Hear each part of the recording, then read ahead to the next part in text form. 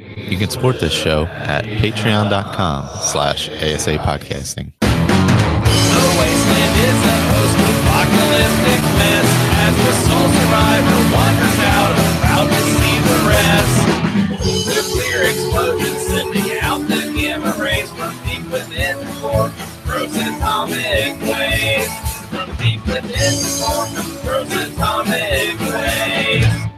Hello and welcome to the 60th edition of the Fallout Feed Roundtable. It is the 9th episode of Season 6, and we are the show who compares and contrasts Fallout experiences through a lively roundtable discussion by playing through the same quests with characters who have been randomly assigned drastically different attributes. Welcome, everyone. Howdy, my name is Andrew. Welcome to the show. We are the Fallout Feed. This is a roundtable episode, and I am joined tonight by Ray. Hi, Ray. Evening, Andrew. How are you this evening, sir? Glad to have you aboard. Also this evening with us is Sarah. Hi, Sarah. Hi. Wonderful to have you on the show. Thanks for hopping on. And last but not least, also our friend from up north, Mr. Frater. What's going on, Frater? Not much, Andrew. How you doing? Wonderful, sir. I happened to see you online today, Frater. We're doing the Fallout 76 beta here. I was on my Xbox. I hopped onto the social menu. I see, oh, look, Frater's on. Let me go run around and see what Frater's doing. Server full. Not allowed to join Frater. Okay, well, I'll go putz around and do whatever. Come back about half an hour later. Oh, let me go check and see if there's room in Frater's server again. I'll go check and jump on that. That'll be fun. Let me see if I can hop in. No, server's still full. It's like, damn, Frater must be a popular Fallout player. All these people follow Frater all the time. What the hell was actually happening here, Frater? You got me. I wasn't even. You said that was 4 hours ago. That was at like probably 5:30 p.m. United States Eastern Standard Time. And what are you on you're on the West Coast, right? Yeah, I'm Pacific Standard Time. Yeah, you're like 3 hours behind. So that'd have been about 2:30 to 3 o'clock this afternoon. The first time I tried, and you said you weren't even home. Yeah, I wasn't even home until about 4:30 or so. I maybe logged in just before 5 o'clock. So it's weird that I was seeing you. Somebody's impersonating Frater. Maybe my account's been hacked. Uh-oh. I should be worried. He got all excited for a second because he also has beta for PC. He's like, "Oh my God, cross platforms finally working! You see me? You see?" Yeah, you had me excited there, and oh well. No, that was hours ago, and you're like, "But I wasn't even on." Yeah. This is weird. It's the social menu of this new Fallout 76 thing is weird. I see about 8 people who have signed up to be friends with through our Facebook group. If you guys are looking for anybody to play Fallout 76 with, we have sign-up threads going on over in our Facebook group if you'd like to find us over there. And so I got a big list of people to play with, right? Of course. And I know personally for a fact that these people are they're saying in the Facebook group that I am online playing right now on Xbox. And I see their name on the menu, and it just says offline. I'm like, what the fuck? Beta. This is what it's for, though, right? This is what that's the whole point. Yeah. And get all this figured out. Ray, did you play any? I did. I finally got on tonight. Oh, amazing! Tell me all about it. I want to know everything. Yeah. So my social list is completely empty. But I'll have to work on that later. I did have somebody come up when I first left the vault and tried to get me to join his team, and you're like, yeah, not so much.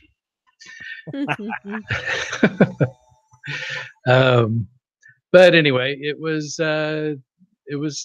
definitely interesting. Got killed a few ticks. Some scorched, found some ghouls. Finally made my way up to the amusement park. And I haven't been to an amusement park. I died a few times up there. I was able to clear out the ghouls from the racetrack and take that workbench. but the the amusement park itself is full of scorched. So it took me a couple of deaths. So I also was walking along the river and saw a little island and saw some stuff, on the island. So I thought, oh, I'll go check that out. And so I swam across and, discovered the location, which is Deathclaw Island. Oh no. Oh no. Wow. And as one might suspect, there are Deathclaws on Deathclaw Island. Those motherfuckers can't swim. And so, yeah, I died. So it was coming at me. So I thought, you know what?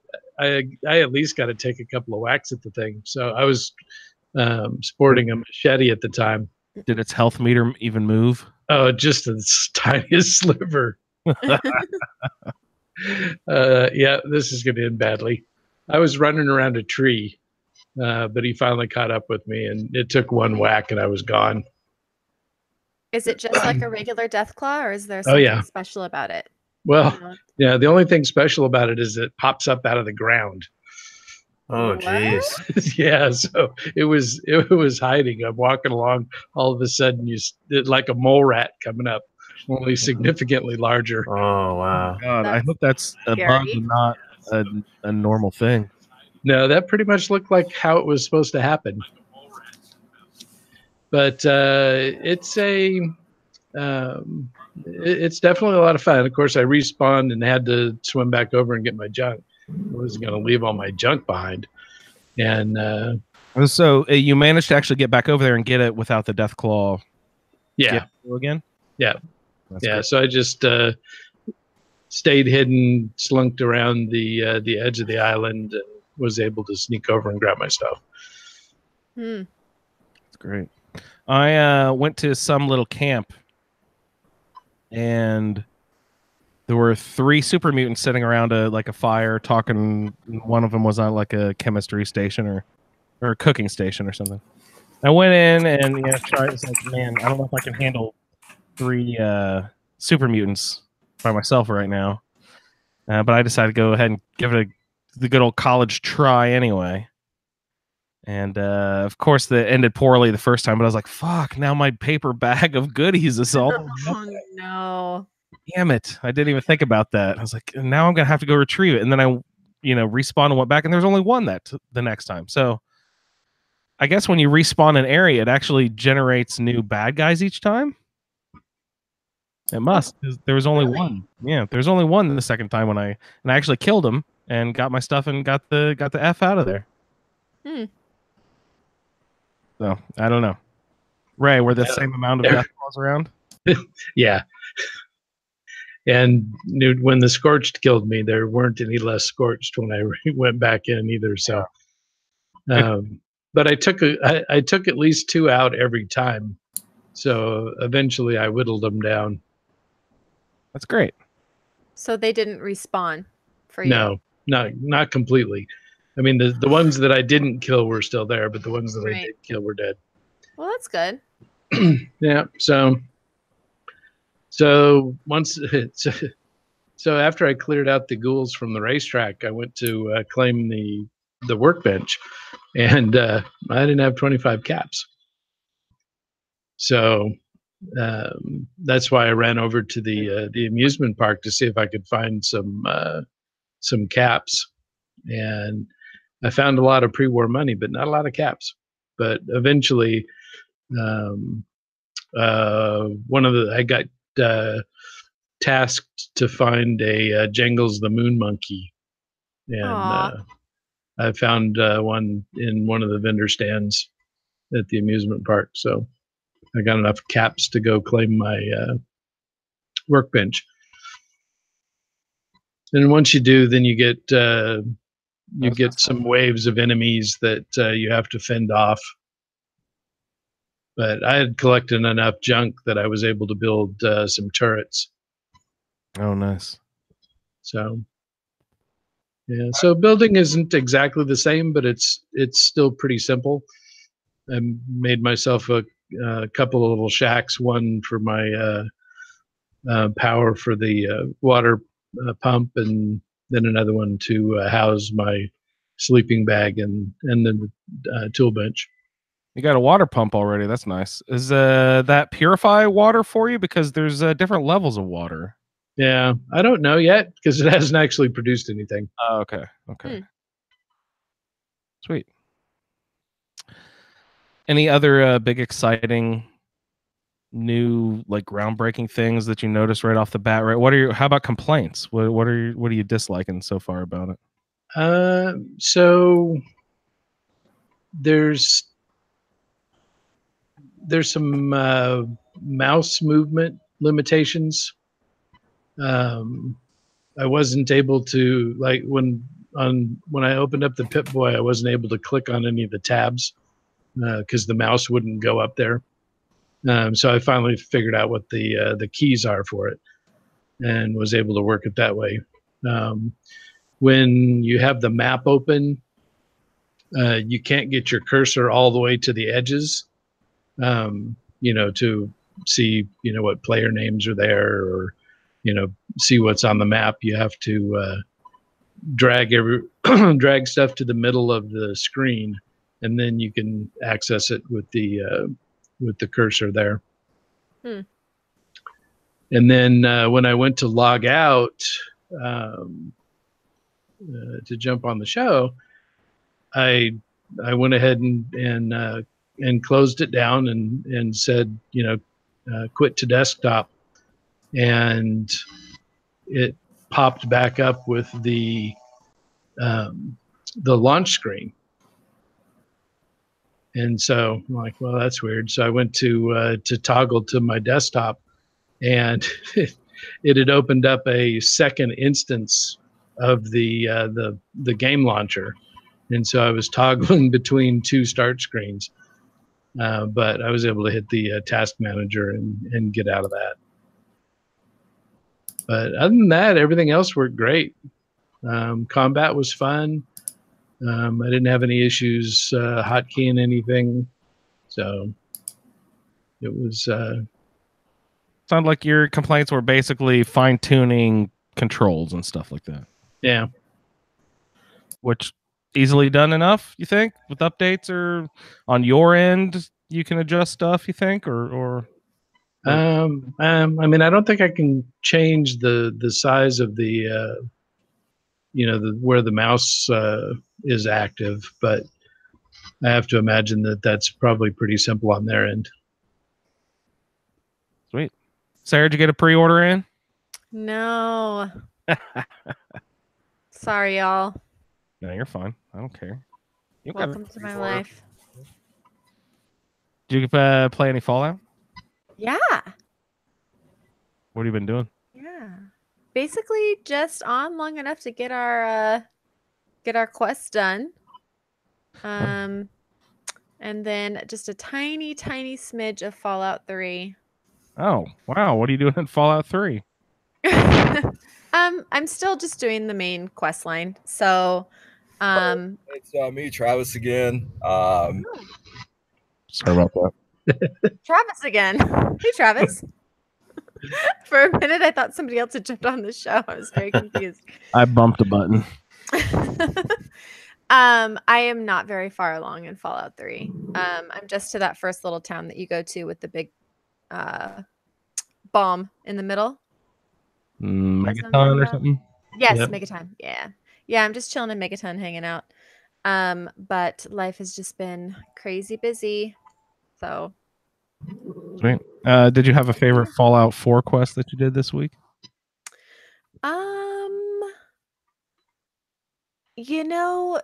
Not really. Yeah. I liked the alien ship landing.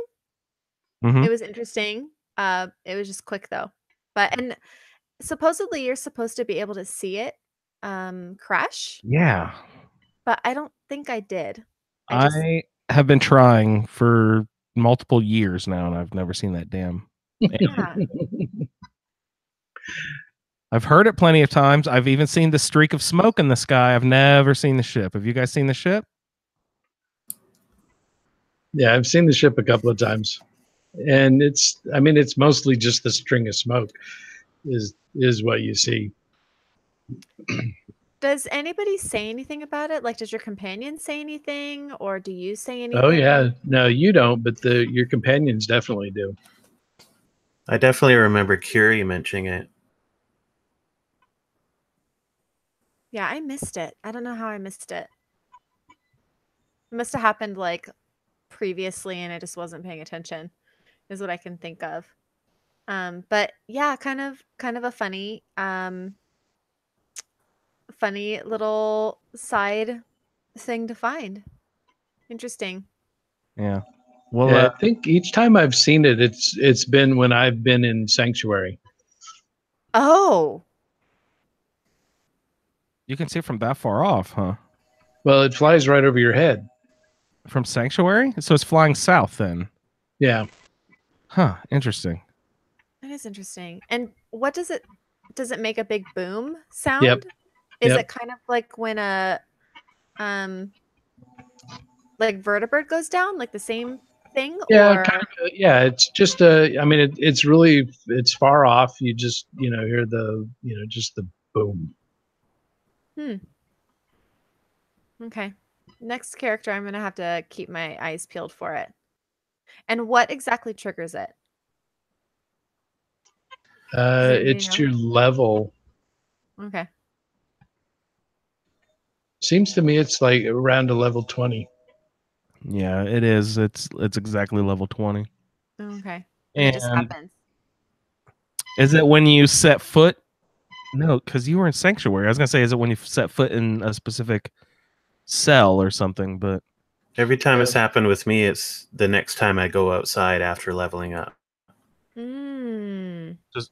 just stepping outside from any building after hitting level 20, keep your eye on the sky. Yeah. Okay. Gotta keep that in mind for next time. Gee whiz. And so I've heard that you can, because I have the animal friend. Is it animal friend or is it wasteland Yeah, it would that be you the can other one. pacify? It would be the what? monster one, whatever the monster one's called. Oh shoot. Okay, so that's why. I tried to pacify the alien, but accidentally killed it. Yeah, I read that too in the wiki that you can pacify the little. Yeah. Thought that was cool.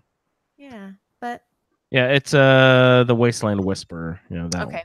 Okay, that's why I have animal friend, not wasteland whisperer. Well, that's why he didn't get pacified and I had to kill him. one. I've done And it. then I pacify him every time. And what does he do? Just a no. bullet to the head is not pacification, Ray. No? Oh, okay. Then never mind. What happens if you pacify him? Anybody know? No, I've definitely never had that perk. You can I recruit think- him to be your companion. Yes.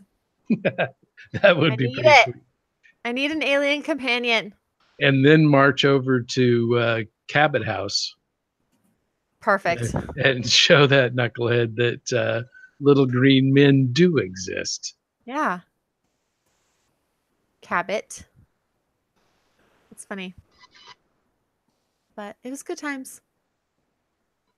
Okay, so UFO quest.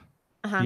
UFO crash site, I guess, is the technical term. And this isn't really a quest, it's a random encounter. So next time you level up, after level 20, next time you go outside. That's crazy. All right, look towards the sky. Do any of you, I did not know about this, do any of you know the other way to locate the crash site? I only know because I read the We didn't wiki. even discuss how we locate the damn crash site. If you see it from Sanctuary, Ray, how the fuck do you know where it happened? How do you get to the crash site from Sanctuary? Fast travel to Oberlin Station. That's what I did. Now, you know that because of previous knowledge, but if you've never played the game before, how are you finding this crash site? It's a random encounter. Yeah, I mean, short of seeing the direction that it streaks overhead, you really don't have any idea.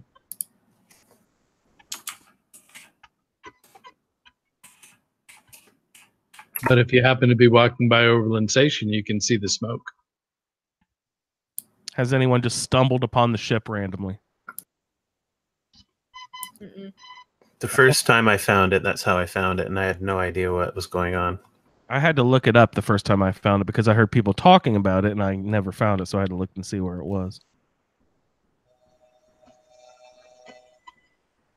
So I read on the wiki that you can also find it with the radio, right? Yeah, that's just what I was about to say. Who knows the other way to find it? I'm a cheater. I read about it, so Yeah, I don't really know anything. It's just what I read on the wiki. There's a relay tower. There's a relay tower off to the west of Oberlin Station, I believe. It is called Relay Tower 1DL-109. Mhm. And when you activate this radio tower, it will produce a radio signal on your Pip-Boy called the garbled radio beacon. The garbled radio beacon, of course, will sound garbled from when you pop it up there, but if you follow it to where the signal becomes more clear and you can understand the signal, it'll take you to the source, which is a skeleton inside the same cave that the alien is in, who has a ham radio. You turn off that radio, it'll kill the signal. Mm. So you can follow that if you're smart enough. I never knew that. Ray, have you know the beacon I'm talking about over there to the west of Oberlin Station? Yeah, but I never have used that. I just didn't know it was a possibility. That skeleton and that signal will be there even before level 20, even before the alien. So you can eliminate that that help accidentally. Yeah, walk in and turn the radio off. Yeah. That'd be messed up. Whoops. You'd think the alien would turn it back on, though. Yeah. I mean, he's trying to use it to call home. Yep. Phone home. Okay. So that brought up other questions in my head when I read that in the wiki, guys. I've been seeing ham radios all over the wasteland, and I just, flick them on and off, see what's going on. Does that mean that there is a radio tower with like a story behind each one that I'm missing? Not each one, but there could be one. I know that there's a guy in a basement in one of the super mutant towns, I think, that had a radio signal. But It's a woman. is it a woman? Yeah, underneath in a bunker underneath Fallon's department store. Oh, that's a distress call more, right? Yep. Yeah, these radio towers, and ham radios, it just made me think, oh, there's more to these ham radios. I've never really explored them very much, but I should have assumed that they did something. They put them in the game for a reason. And it's not just a regular radio. They labeled it ham radio for a reason, so it's different. And I just can never figure out why or what they're for. And you just follow the signals. They don't tell you where to go. You just have to figure out until it gets clearer. Yeah. So all of them function that way? No, because like the distress beacon, she plays a recorded message, distress message that that points to where she's at.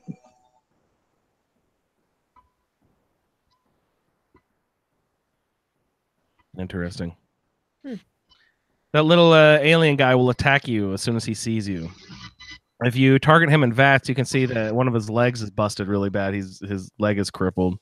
And that hence all the green blood coming. Oh, if you see the crash site, another way to get to the cave is there's little splotches of green blood all the way to the cave. If you follow the pools of green blood. If you find the crash site first but don't know how to get to the cave, which I've done before, I found the crash site and then spent a half an hour looking for the damn cave. Before I knew about the pools of blood. It's like those damn pools of blood that you find north of Covenant. Ugh. With the trade caravan. Yes. Oh, fuck. They're telling me exactly where to go. I should notice those things first. Still don't know what's in Deezer's lemonade, guys, when they figure that out.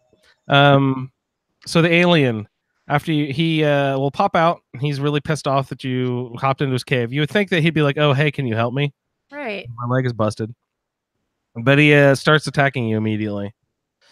I don't know. I got blasted a bunch on my way in because I was doing all melee, so I was just kind of getting smashed in the face with his alien blaster on my way in. But if you target him in VATS, you can see that his leg is broken, so he's kind of sitting down over on the side. But after you kill him, the poor little guy, you get the alien blaster. Do you guys like to use the alien blaster? It's fun to try the first time. Yeah. It looks fun. It has a limited amount of ammunition, though, like a finite amount of ammunition in the game, right? You can't buy more of it anywhere, can you? No. You can mod it to use other ammo. Yeah, that's the only drawback. When you're out of the alien blaster ammunition, you can switch it over to the fusion cells, but you lose a couple of points of damage, I think. I don't think they're quite as effective. But then you can still keep using your cool, space gun. Pew pew. Let's see. According to the wiki, you can get as few as 181 rounds, or as many as 441 rounds of the alien blaster. I've definitely not gotten anywhere close to 400. I'm usually around the 100 or 200 area. Right. So that's a fun site. I thought we'd put that on the list because that's one of the cool places you should see in the countryside, the Commonwealth of Fallout 4. And so you get an alien blaster in Nuka World too, don't you?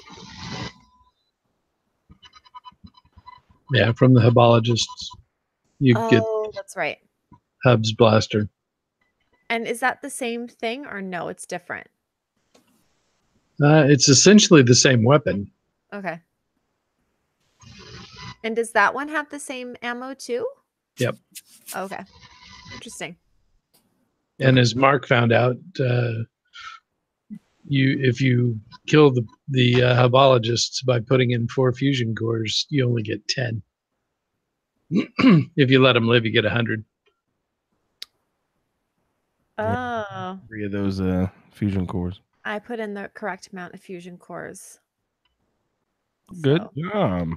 I know. There's Only because Mark told me not to mess up. there's some animatronic aliens in Nuka World too. Does anybody know if any of those have any ammo? Yeah, I was about to ask you. I was gonna say, do those have the same shells? I have 0. Could be because I've got like 430 rounds. So I must have gotten more somewhere. Wait. Good old alien guy. Before we proceed, Rebecca sent us in a little bit of her thoughts on her first day of experiences in Fallout 76. Hello everyone, this is Rebecca with some feedback about my first experience of Fallout 76. I started by choosing a preset character, changing the hairstyle and running straight out of the vault. I ran down the steps and started heading south, but bumped into a couple of other players heading in the same direction, so I veered off and ran up a trail through some woods and ended up heading southwest. I ignored the quests that were popping up and decided to explore some of the map and work out the mechanics of the game first. It took me ages to find a gun. At first I was punching ghouls and ticks to death, so I was really pleased to find a lead pipe in a shed. But I was still taking a lot of damage because it was taking 3 or 4 hits to kill things, by which time they'd done quite a lot of damage to me. So I was using stim packs far more frequently than I would have liked, and they seemed to be very rare so far. When I did find a gun, I realised I had no ammo for it. When I had collected enough ammo to use it, the game became much more enjoyable. I reached level 5 and immediately changed the settings to passive mode. I don't want to do PvP. I didn't really understand the perk cards. I thought I'd assigned some, then I went back in to look again and they weren't where I think they were meant to be, so I haven't quite got my head around that yet. I claimed the workshop at Billings Farm or Billings Homestead. I built a few turrets, a cooking station and an armor workbench. I tried to scrap everything that was inside the house, but it wouldn't let me. For example, there was a dining table and chairs, and it let me scrap the table, but not the chairs, which was a bit weird. There was a broken bed upstairs, which I also couldn't scrap. I only really claimed that workshop to see what would happen. I'm not really that bothered about keeping hold of it. I also built a camp near Charleston Station, just really to check how camps work. I put down a few floorboards, built a cooking station, a stash box and a turret. I collected some water from nearby to boil at the cooking station. There's also a robot vendor in the station who I bought some more ammo from. In the last 20 minutes or so, I travelled back to the vault to see if there was anything I'd missed there, but I couldn't get back in. So I ran down the steps on the other side, found the dead body with a gun on it, and a car park with some of those Liberator things in it. While I was searching that area, another player turned up and seemed to be searching too. Then she turned and ran straight up to me and smacked me square in the face with her gun. I just stood there and looked at her. She took a couple of steps back, paused, and then carried on searching like nothing had happened. Also, when I was in the southeast of the map and was checking the locations of other players, I noticed that one of them in the same kind of area as me was highlighted in red and it said wanted. I was way closer to that person than anyone else on the map, so I could have gone after them for the bounty, but I didn't feel confident enough to try anything like that so soon. And I knew that I would end up making a fool of myself and feeling really disappointed, so I just left him to hide out where he was. I'm not being sexist, by the way. I know he was a bloke because of his name. At the countdown, I fast travelled back to my camp. Another player came over and seemed friendly. He went over to the stash box and I was worried for a minute that he was stealing my stuff, but I've Googled it and I think only you have access to your inventory. I enjoyed the experience and I'm really looking forward to playing again, but I wasn't enjoying it so much that I was sad when the server went down. That may have been because I was playing from 11 p.m. till 3 a.m. and I was very tired at that point. But when I reflected on it, I realised that when I play Fallout 4, there's a real sense of terror, like something really creepy and sinister is going on, and it's all around you, and that feeling really gets inside your head. I didn't feel that with this game. Granted, I only played for 4 hours or something, and I didn't really engage in anything that was going on. I really enjoyed exploring, knowing that there were other people there doing the same thing, and I loved the sound of the distant echoing gunfire, wondering what was going on and who it was. My plan now that I've got a gun, some ammo, and somewhere to store my stuff is to start some of the quests next time I'm on and get to know the story. I'm hoping that this will give me a better sense of the world and allow me to become more immersed and creeped out by it. So that's it for my Fallout 76 experience so far. Thanks for listening. See you in the wasteland. Rebecca, keep in mind here. I was trying to do something at a terminal the other day, went up and hit the wrong button and smacked some dude right in the face accidentally. So it could be incidental, could be accidental. Just keep that in mind, especially if they just run off and be like, oh, fuck, if they don't instigate. But I did actually today run into my first dick bag. Have you guys run into any dick bags running around in the, I almost said the Commonwealth. What is it? They're called Appalachia Wasteland? I call it the apple chains. The apple chain wastelands? Yeah. No, I haven't been on long enough. Yeah. Yeah. Yeah, I want to know about it. Freighter? I only had one griefer was it last week? I don't remember. I think I already mentioned it on the last week's show. Yeah. And yeah, it was kind of comical, but he couldn't really do anything to me because all he had was a pipe revolver. Yeah. So I just looked at him and left. I had the unfortunate situation that I was encumbered, so I couldn't run without my AP meter just being completely depleted. And so after this guy came up to me and started dick bagging away and pounding on me and stuff, and it was barely doing any damage at all. So I just decided, oh, I'm just gonna trot away. If he wants to keep hitting me, whatever, that's his business. I keep running away, and he's run down, and like he's chasing me for a long fucking time. I'm like, wow, this guy is really dedicated to dickbaggery. So we got to. I decided, okay, I'm gonna take a hard left here town, and go into this town where I know there's a bunch of people running around. And I sort of like went into one of the stations where I knew there's a bunch of people, and like there's 4 other people waiting around, and I go in, and this guy comes in, follows me, and it keeps hitting me, and then he kind of stops, and then like everyone looks at him, and then he just kind of stops harassing me, and then walks out, and it's like, and then I went up to my map, and I see his cursor. His cursor is just like waiting on the bridge on the outside of town for some other poor, unsuspecting soul to come dare cross his path. He's like the fucking troll literally the fucking troll under the bridge. Yeah, that's exactly what he is. It's like, oh man. But he didn't really do much to me. The problem was like when I was encumbered, so my AP meter would deplete, and that would make you stop, so you could just barely move. And then some mongrels attacked. Well, the mongrels were actually doing real damage. He was not doing much damage, but the mongrels were. So like he was taking advantage of that. It was, the mongrels are doing damage too. Now I'm gonna hop on and keep hitting as much as I can. Like, oh man. But eventually got into town. Everyone helped me out, and I managed to go dump my stuff. Right now, there's a 400. It's not pounds. I don't know, whatever the weight unit is. There's a 400 weight unit limit to what you can have in your camp, your stuff, which blows my mind because I'm the pack rat of all pack rats, and especially Fallout 4, I just pick up basically everything and bring it home and stash it in my workbench. That's going to be tough for me because I'm the same way. I pack everything. I'm always over encumbered. I live that way. Lots of people are assuming. I don't know. I guess they're assuming and hoping that they're going to lift that once the game is actually released, because they just don't want people to be hoarding and to be that far ahead of everyone else, so they can be like super powered. Oh, it makes sense. But I don't know if that's true. No one's confirmed that to be true. So.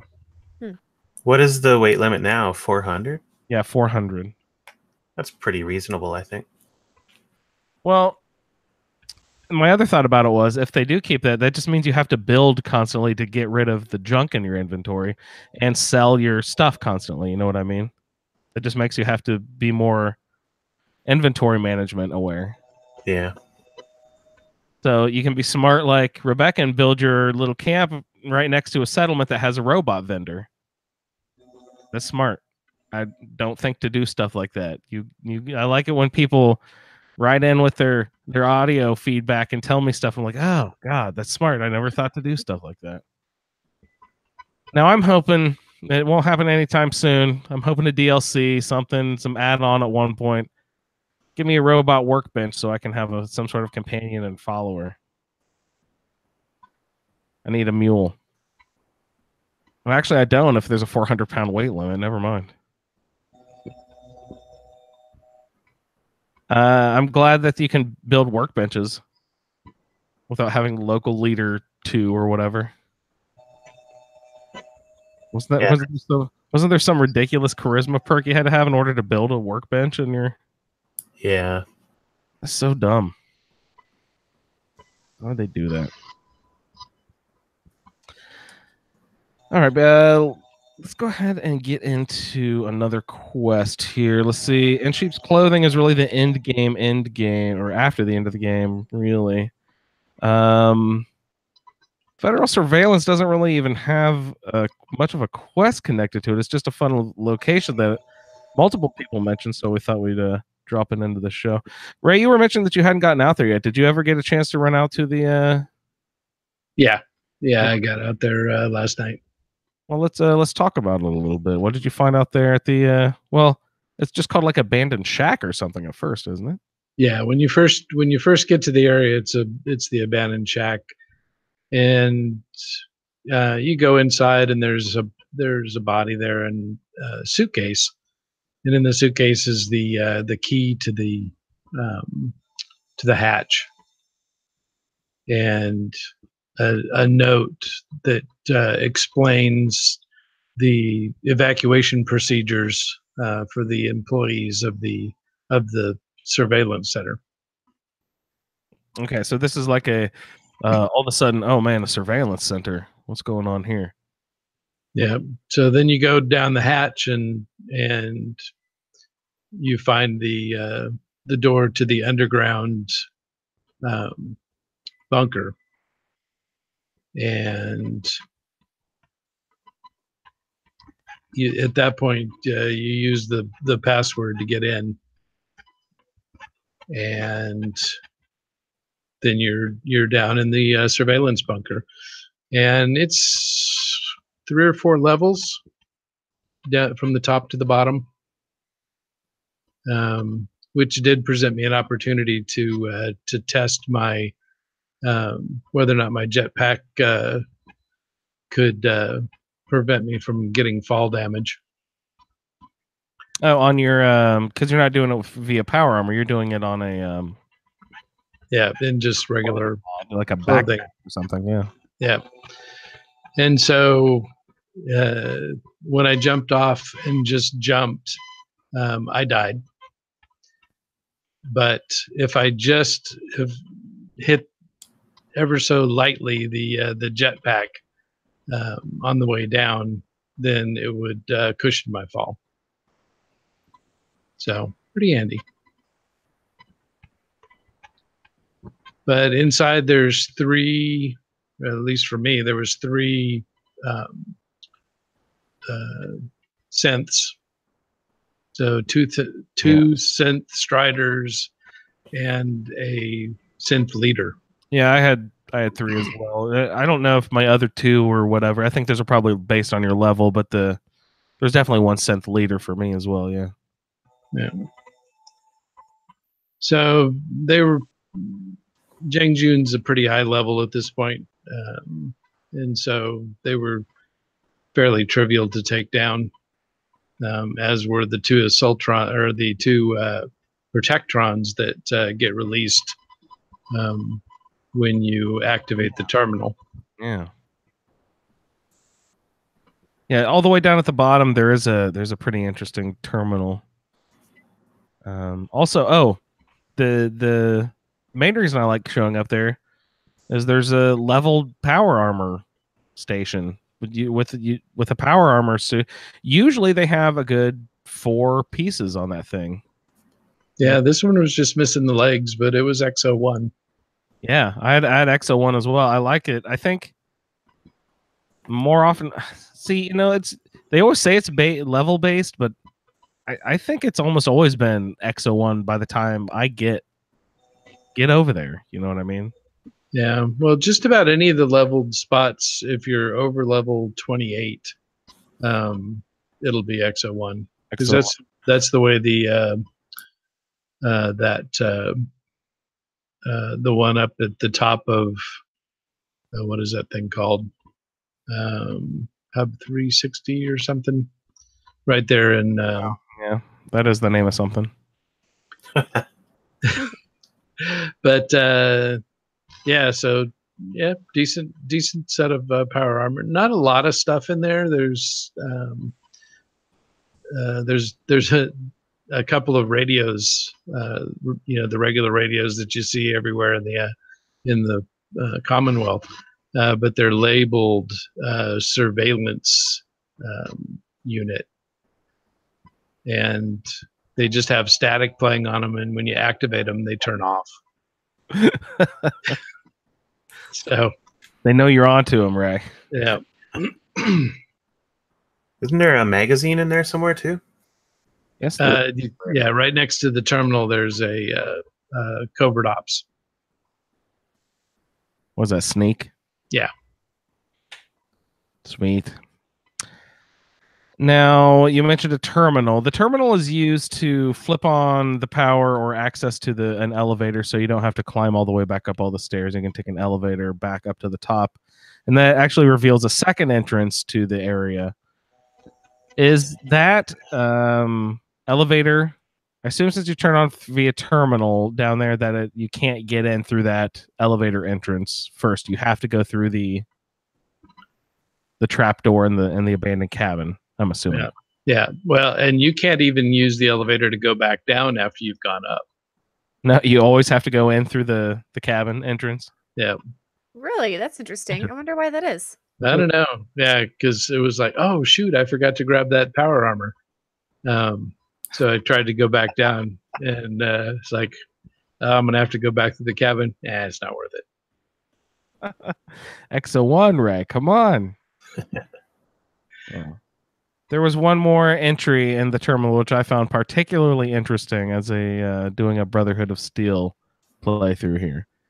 So now with Jang Jun, she hasn't interacted with the Brotherhood of Steel at all.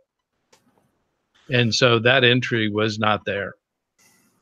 Wow. Oh, that's amazing. I was wondering how deep that entry went into it. So I don't know if you have to. Have you been to Fort Hagen? Okay. So, I haven't bailed Nick out. Okay, great. Yeah. Wow. Cool. That's interesting. So, Freighter, you obviously know what the entry I was referring to. I don't recall what it says. No. Oh, it there's just one more entry that you click on down at the bottom, and it's just like, I think I wrote it down here. Something. It's like, for your safety, this station is now under the control of the Brotherhood of Steel. Which got me to thinking, okay, this is a top secret government surveillance station outside of Boston, used for, surveilling whoever, whatever, doing, back before the war. So of course there's all sorts of crazy tech in here, and the Brotherhood of Steel loves their tech. I'm just confused as to the timing and the what do you guys think the events were that happened that there are synths there, but the Brotherhood of Steel is taking control of that terminal? Because the Brotherhood of Steel the Brotherhood of Steel just got to the Commonwealth, right? They just flew into town, right? Well, it wasn't the first time that they showed up there.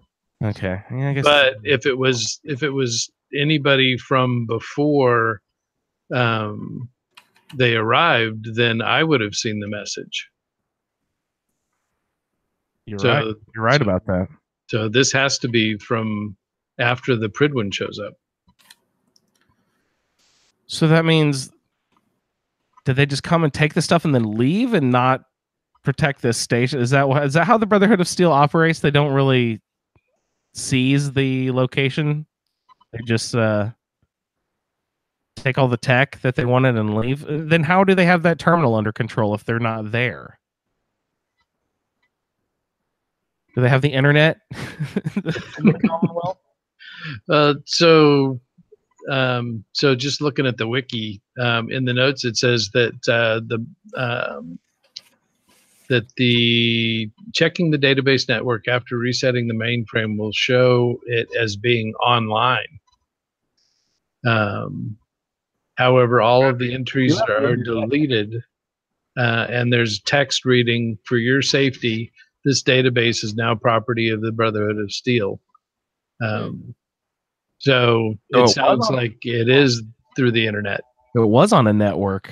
Yeah, some kind at least.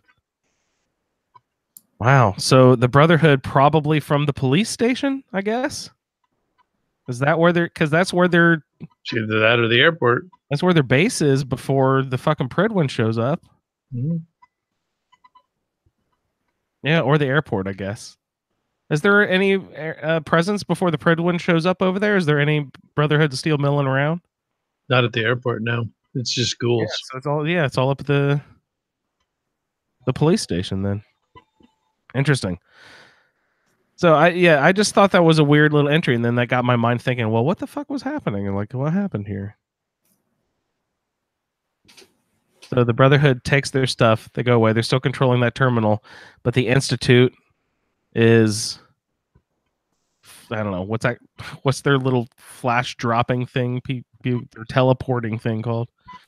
They're teleporting sense in. Just confused. Yeah, it is strange to see the synths there. Yeah, I was like, what the hell is going on? I was just trying to piece together what the story was here. Interesting. But also, Ray, we're down here in the glowing sea.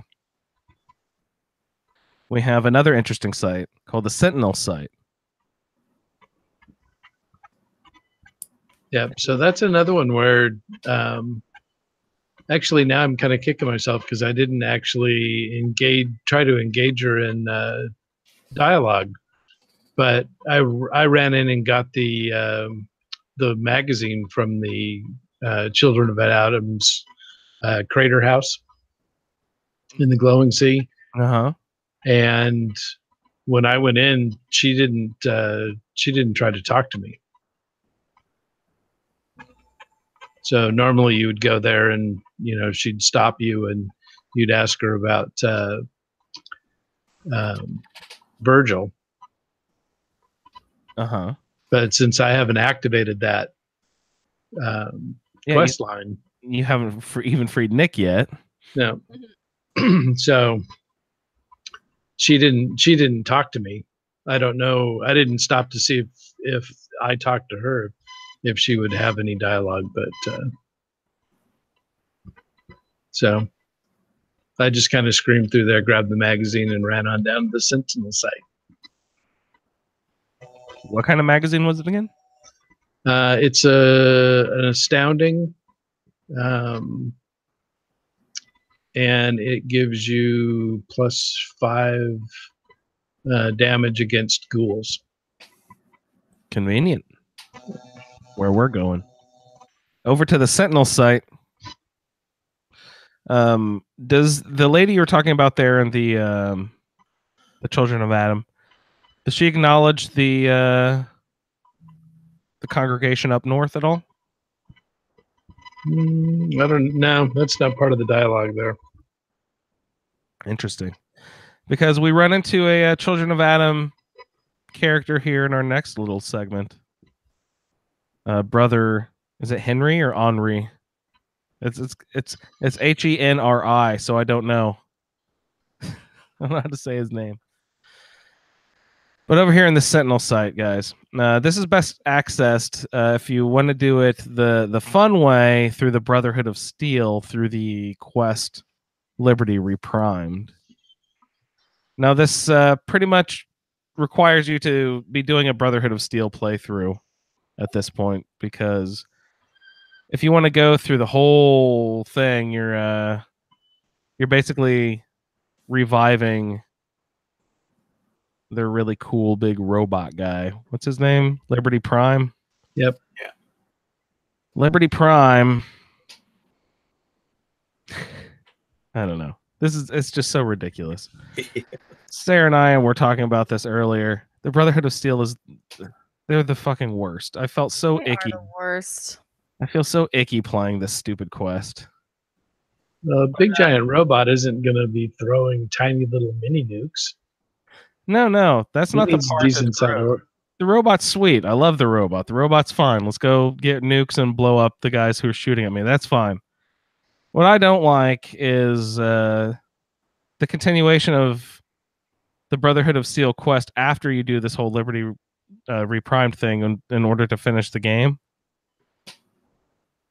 Do you know that there's 2 events? Ray, you specifically told me, after you build the robot, it's just march down there, kill the Institute, game's over. Now, do you remember any other things that might actually have to happen in between there, Ray? Well, I know at some point you do have to go wipe out the railroad. Mm-hmm. You have to go fucking kill Desdemona. Traumatic, terrible. And Maxon's all like fucking smug about it. He's like, okay, these guys, they're fucking terrorists. We just can't do, they're not much. We just gotta go wipe them out. Just go kill them. You're just like, oh god, come on. Anyway, after you have to go kill the railroad unnecessarily, in my opinion. You find out a secret at the end of the Liberty Reprimed that after you're doing all this quest, if you happen to have Dance with you during this Liberty Reprimed quest, and we'll get into it a little bit with the Sentinel site. If you happen to have him with you, there's some crazy secret here with Dance, right? Yeah.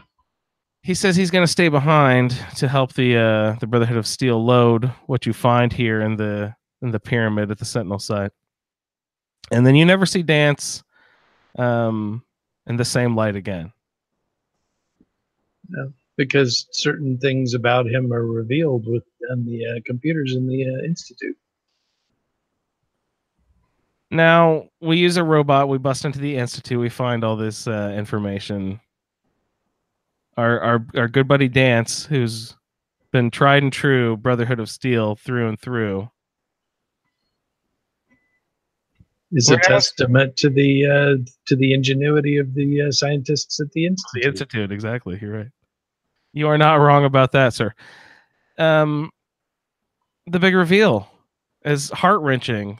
Maxon sends you up to some bunker where Dance is hiding out because he's discovered that he is a synth and he has to go into hiding, otherwise the Brotherhood's coming. You know, he knows he's fucked anyway. He doesn't know where, you know, no matter where he goes, the Brotherhood's coming. They're going to come get him.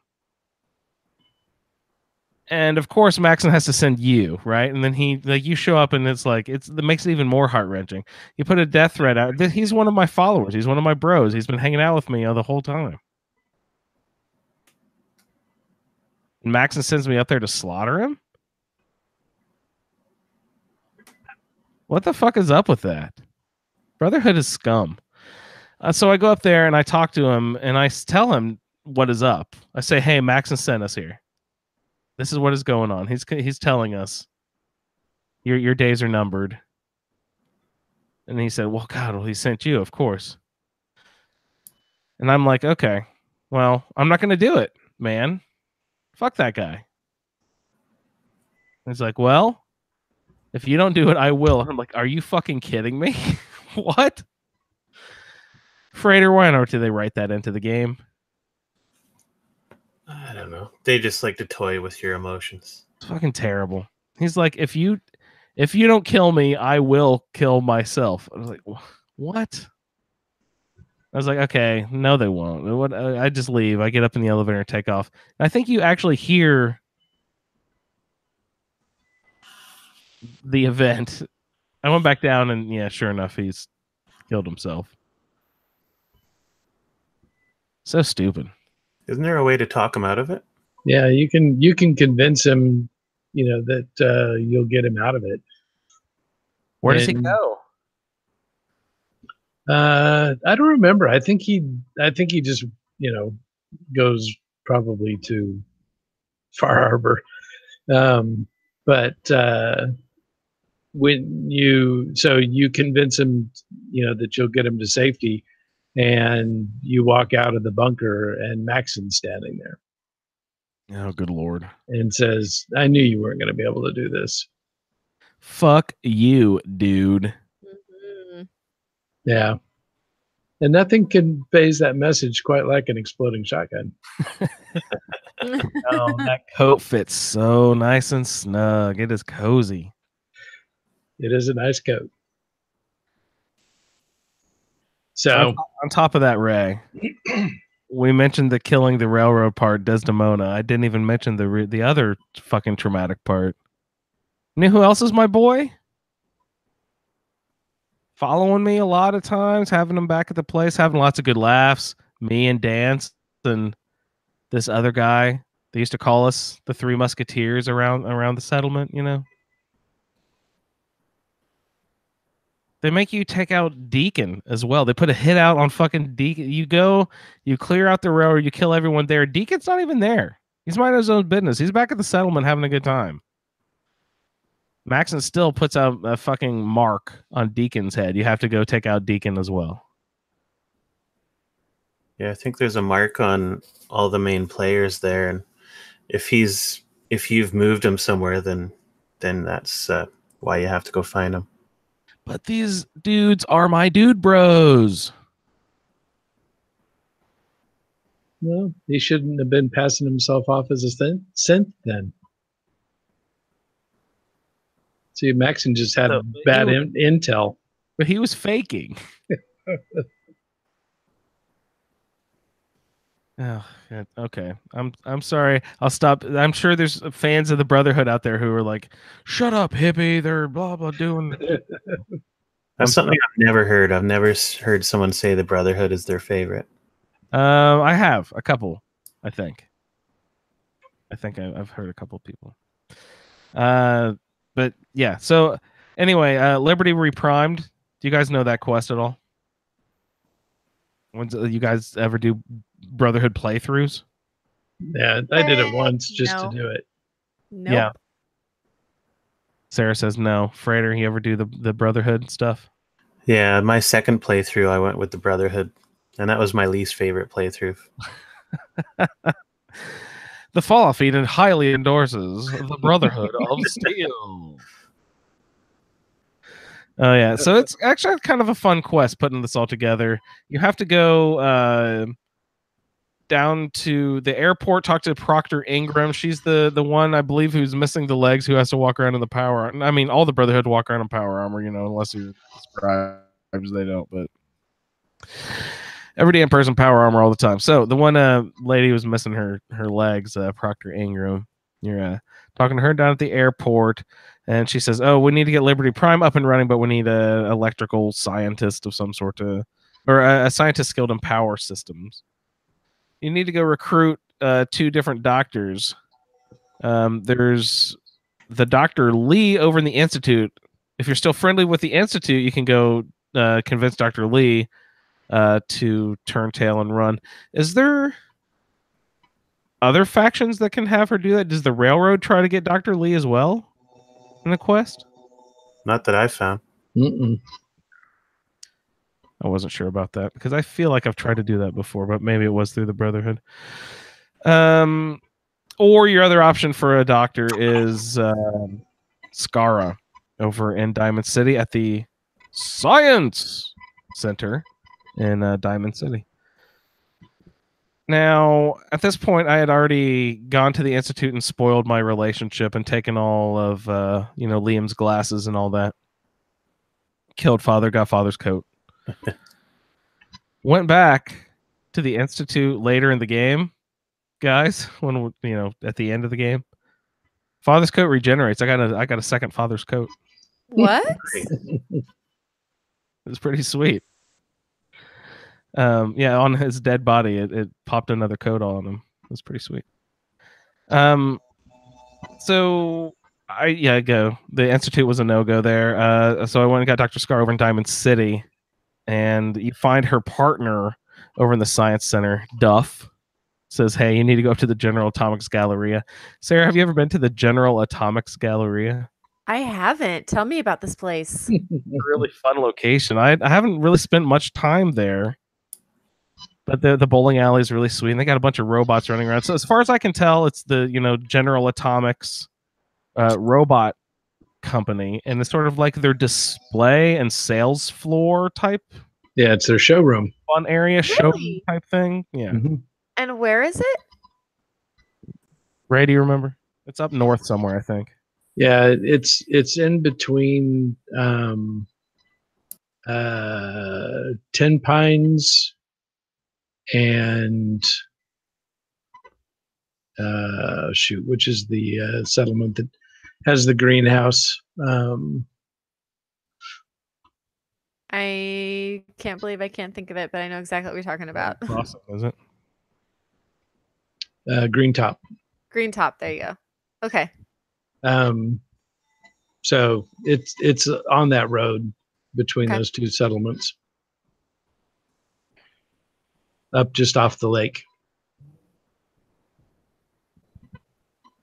And what else is going on at the Galleria? There's the bowling alley, but there's a couple other. There's like some stores or is there a movie theater or something? I don't even remember. But there's a bunch of cool robots floating, mostly Mr. Handy's, as far as I can tell. Yeah. Floating around, saying hi. And pop into the bowling alley, and you find Dr. Scara is back in the back of the bowling alley. Now, there are a bunch of things that can happen here at the Galleria. Ray, have you ever done the General Atomics grand reopening? Yeah. I've never done this, and I read about it briefly in the wiki. I was going to ask you, do you remember anything about that? Because it sounded cool. Yeah, I can't remember. So I had come across a body, and when I went to loot it, it had a seems to me it was a note on it that this person had just gotten the job as director at the General Atomics Galleria, and can't remember if there was a password holotape or an ID card or something. But so I picked those up and then eventually stumbled across the Galleria. And so I started going through that, and there's a tower at the front of the building, and you go up in that tower, and the guard demands to see your credentials because only the director is allowed. And so you show him these objects, and he lets you in, and then you can access the computer that's up there and take control of the place. What does it let you do if you do take control of the place? I think just be able to run around it without any of the robots becoming aggro on you. Oh, that's the key right there. I was about to say, if you don't have those credentials on you, like you know who over here, those robots get mad at you when you try to go back there to access Dr. Scar. So you have to take down a few. I'm not sure. Was it three or four? I don't know. There's a couple of robots in there. Do they have clever bowling names or something? Or was that the bowling alley over on the East Coast? That was the one in Tales from the Commonwealth. Oh, okay, right on.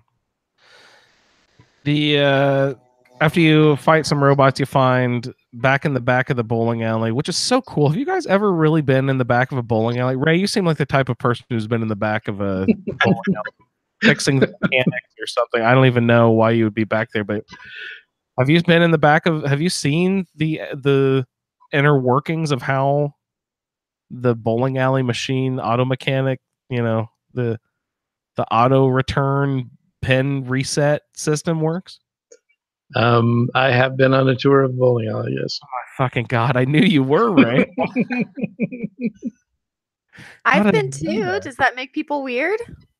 No, that seems like a cool thing I'd like to see. Like maybe Sesame Street or Mr. Rogers would take you on a tour, but I'd never seen how that works before. And then really? I spent half my time back there with my character just being like, oh, that's really cool. I wish this was actually working and in motion.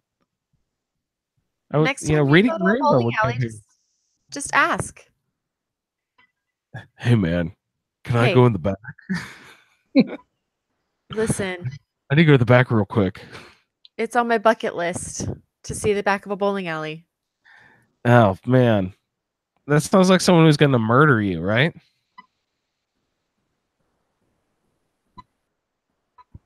I'm not going to murder you guys. Don't worry. Thank you. All right, so we're in the back of the bowling alley, and you can find this this doctor lady, and you have to convince her to come back and work for the Brotherhood of Steel, which she is not too hot about. But luckily, before you left, the Procter Ingram lady gave you a conveniently awesome piece of tech gear, which really blew the socks off of Dr. Scar. She was like, oh man, you got that sort of tech? I'm going to come work for you guys. So you bring her back, and then she's the doctor who helps work on getting the robot up and running. Ray, was there anything else really cool about the Galleria that we should mention before we move on? Oh gosh, I don't remember. It is a pretty cool location. If you guys have never been up there, it's worth a stop to go to go. Yeah, you click should go at least once. Yeah, it's fun. The restaurant's pretty hilarious. What happens there, Frater? Well, they try to kill you. They act all nice. Come on in, have a seat. But they really just want to kill you. And if you... Isn't there a terminal that explains what's going on? I don't remember the backstory to it. I did not stop in the restaurant this time. There's a bunch of skeletons sitting at the table. I thought it was quite funny. Like, I know it's from the atomic blast, but it'd be great if they just starved to death sitting there. The Brotherhood drubbed off on you. I'm feeling, quite poisonous, my friend. So you go to the... Yeah, so I can say that going to the Sentinel site without having interacted with the Brotherhood of Steel, quite dull. Is it really? Yeah. I just think it's a cool looking location because it's one of it's a neat location, but you go in and you kill a couple of ghouls. I think there might have been a rad roach and a mole rat too somewhere along there. There's a couple of ghouls, you guys. Those ghouls killed me twice. Oh shoot! It was like a horn. But yeah, I mean, there's really nothing else to do because you don't interact with any of the stuff that you do when you go through there with the Brotherhood. Brotherhood, yeah, you're right. I mean, you can get everywhere. I went in and turned off the firing sequence so that the doors would open and yeah. Talk Henry and his friend the robot. Not there. They weren't there at all.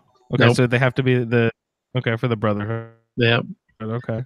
Then went down through the tunnels,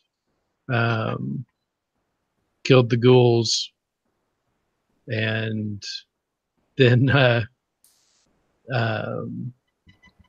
lowered the freight elevator, and there was a glowing one on there, so I killed him. And hello. he was kind of screwed because I've got chameleon armor, and so I was crouched down because I could see the red pip on the HUD, and so I'm just sitting there invisible, and he's standing on the platform looking around, and I'm watching him, and he's just kind of standing there, not really doing anything, just looking around. And so then I just that's awesome. Couple of pops in the gun, and he was gone. I did manage to get quite a bit of legendary out of that. I think so. There was a legendary Deathclaw, and a legendary albino rad scorpion. I've had rad scorpions. I don't think I've ever had a Deathclaw outside there. I get bugs. I get a lot of is it blood bugs or stingwings? Stingwings. Yeah. Yeah. And then inside there were 3 legendary ghouls. Mm. Oh geez, wow. So did it pull any good? And of course, I'm getting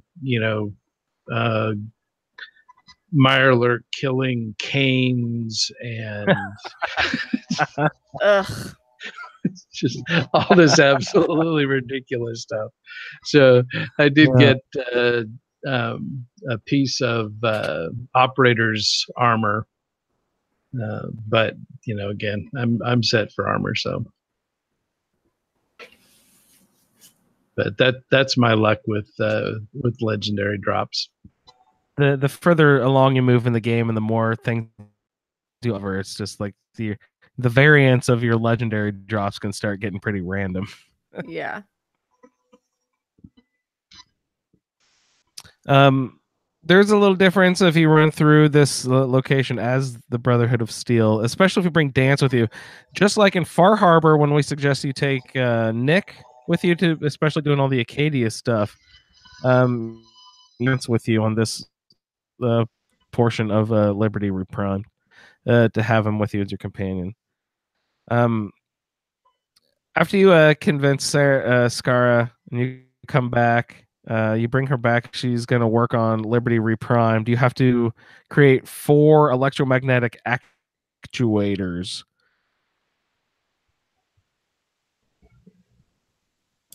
Is that where you have to get the powerful magnets?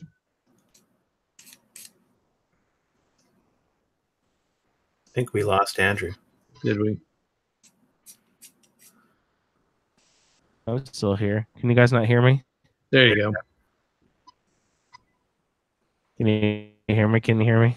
Yep. You can? Yes. Sorry, what was I saying? There's a bunch of gear that you need to get with the high-powered magnets, and most of that stuff is hanging out around the airport, but there's always at least one high-powered magnet that is not around that they send you off to one of the hospitals to get, either the Medford or the Milton. One of those 2 hospitals they usually send you off to. But that doesn't necessarily mean you have to go to those hospitals. If you have that in your fucking workbench back at home, just go grab that and bring it. You don't have to go to where they send you off to go get it. But then you return to Ingram, and then they say, okay, now the robot's ready to go, except we don't have any of its weapons, so now we need to send you off to this place. Go meet Scribe Halen. So I meet Scribe Halen down at the very north edge of the glowing sea at Waypoint Echo, and she gives me the receiver distress pulsar, and I take that thing. It's sort of like a homing beacon type thing, a tracker device. And so they want me to take that to this location and put it down so they can find Liberty Reprimed's ammunition stock, which is this very specific type of nuke. M28. No, 6. I don't even remember what the code was. Shit, I didn't write it down. Sorry. But there's a specific type of bomb. You have to go there.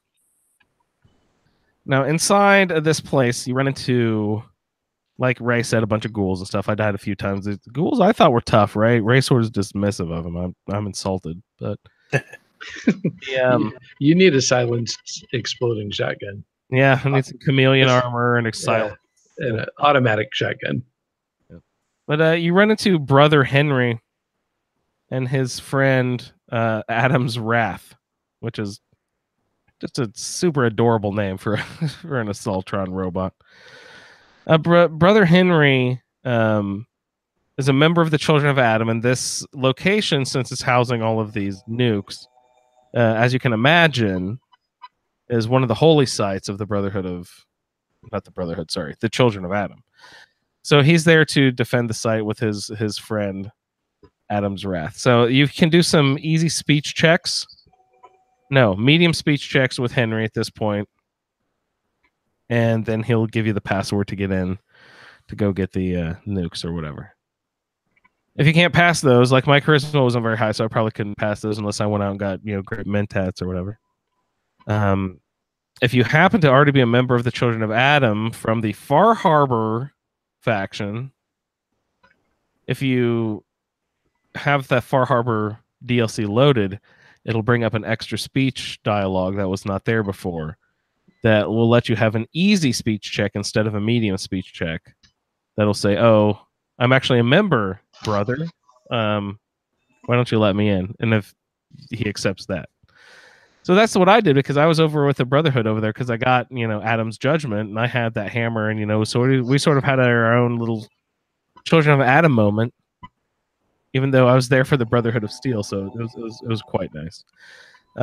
He let me through, and gosh,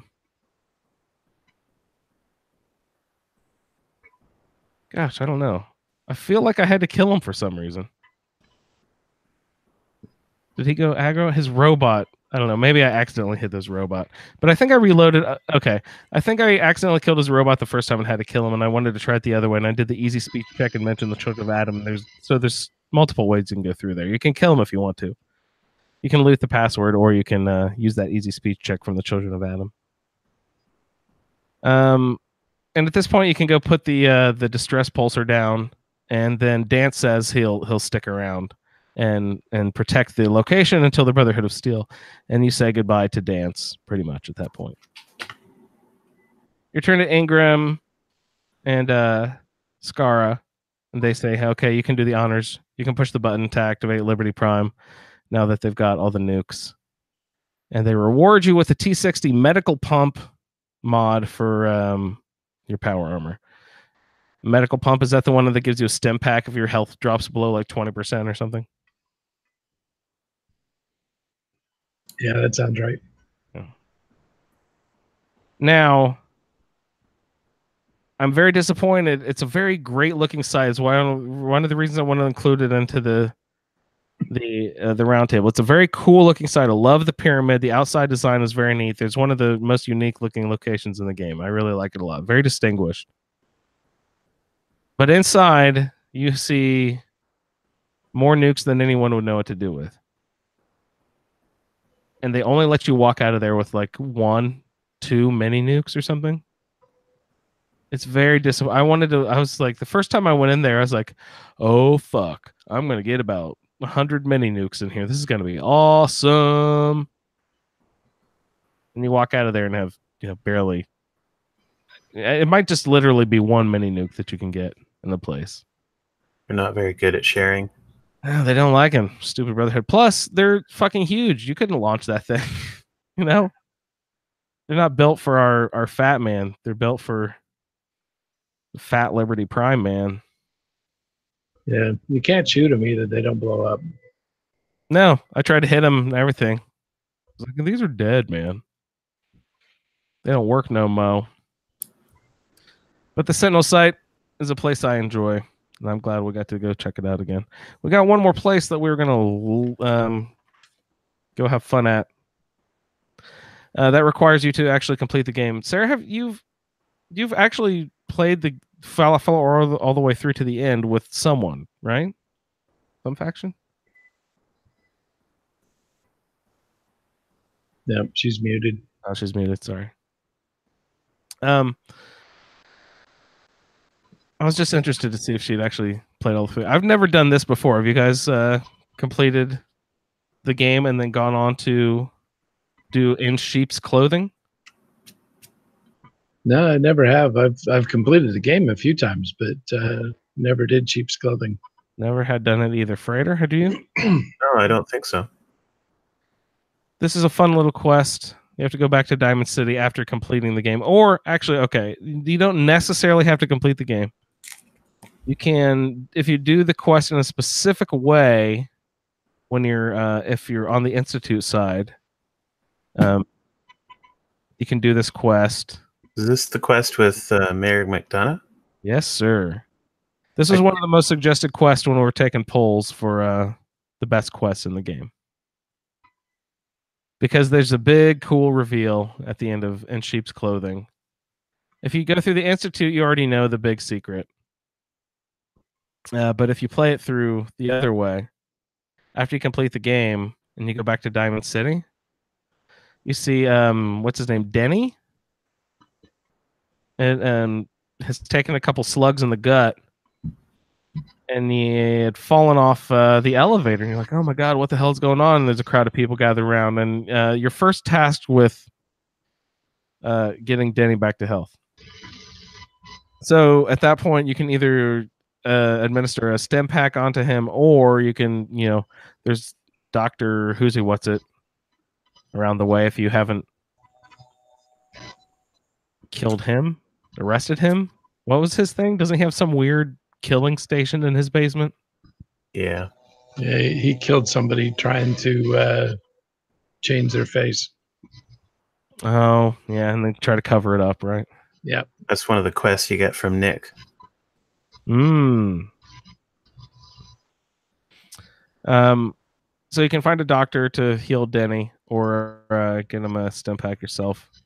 But he says that the mayor shot him, tossed him over the edge of the elevator there. Like, what the hell is going on? So you hightail it up to the elevator, and when you get up there, there's a guard defending everyone's favorite investigative journalist. Piper's banging on the door, of course, right? That's great. I'm glad Piper's there. Ray, did you play this quest? Never have. The doors are locked in the mayor's office. And there is a low leveled lock that you can pick. But since it is a owned door, it's marked trespassing. So Piper will dislike it, and your followers, whoever. It's so stupid. Okay, Piper, you want me to get into this door? Okay, I'm going to lockpick it, and then she's going to dislike it immediately because of the game mechanics. You're like, what the fuck? That is something you guys should write out, especially that scenario. Piper should not dislike when you pick that lock. If you don't want to do it that way, of course, there is the ever fun, hey, find the button under the desk game, which the first time Andrew ever plays it always takes me way too long to find the secret button. Like last week, what was it? Didn't we have to find one on the back of the Nuka-Cola machine to find the head in the jar? Right. Good Lord, that took me forever. Oh, man. And there's one in Kellogg's apartment, right? Isn't there one there? That one took me forever, a secret hatch button. You mean the one with the wire that leads right to it? Yeah, I think they all have obvious clues if you look at them in the right way, right? They're all. That's the point, Ray. It's embarrassing how long it took me to find them. Terrible. I had trouble finding that one too the first time. Yeah. Stupid Kellogg. So the one in the mayor's office you find under his secretary's desk out front. It pops the door open and you go in and he's got a hostage. Is it his secretary? I think it might be the secretary. That's what I remember, yeah. He's got her at, God, I want to say knife point. It might be gun. He's got her held hostage, and you can go through some speech checks to make him calm down to try to save her.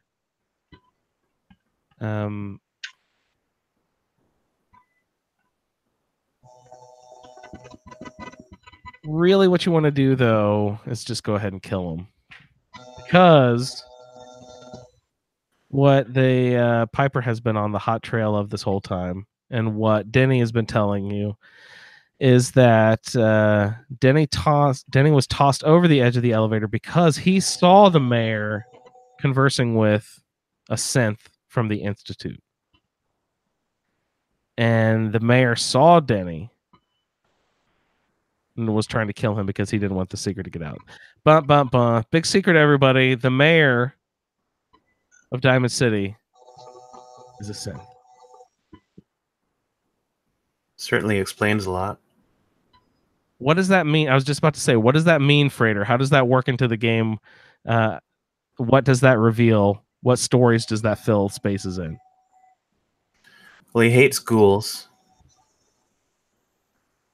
That's one of the big ones. He kicked all the ghouls out of town like Bobby No-Nos, right? And Hancock.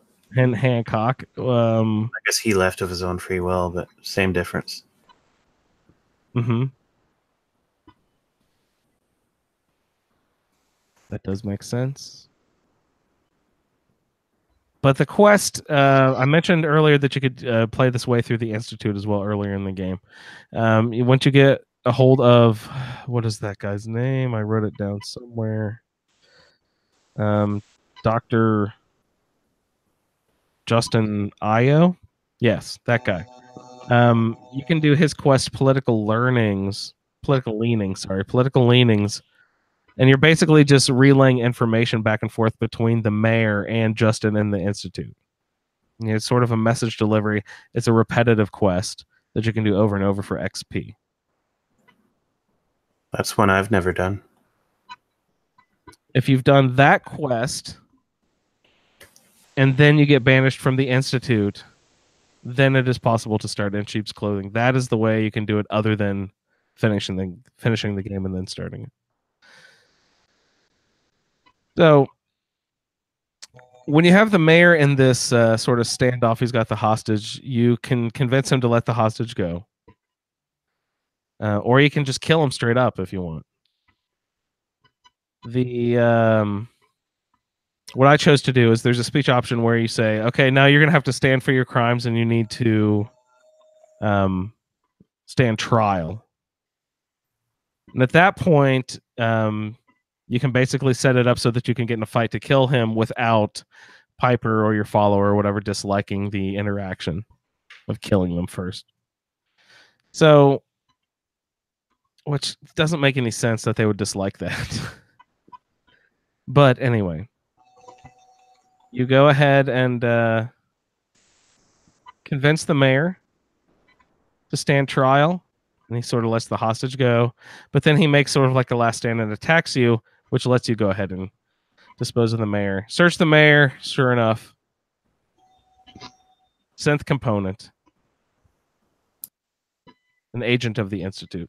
That's just one of the fun little quests after the game that they put in for you.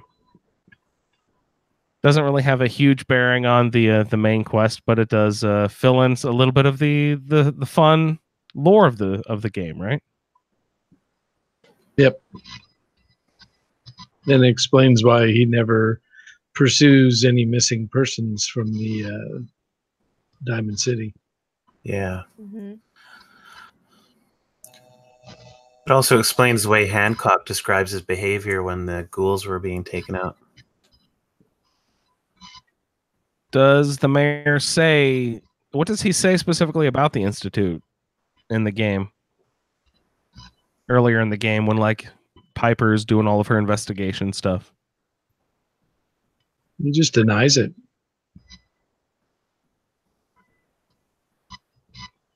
Denies it as in there's no such thing as the Institute? And just flat out avoids the topic. Yeah. They're the Commonwealth boogeyman. Someone uses that phrase actually at some point. Who is that? That's Piper. Nick.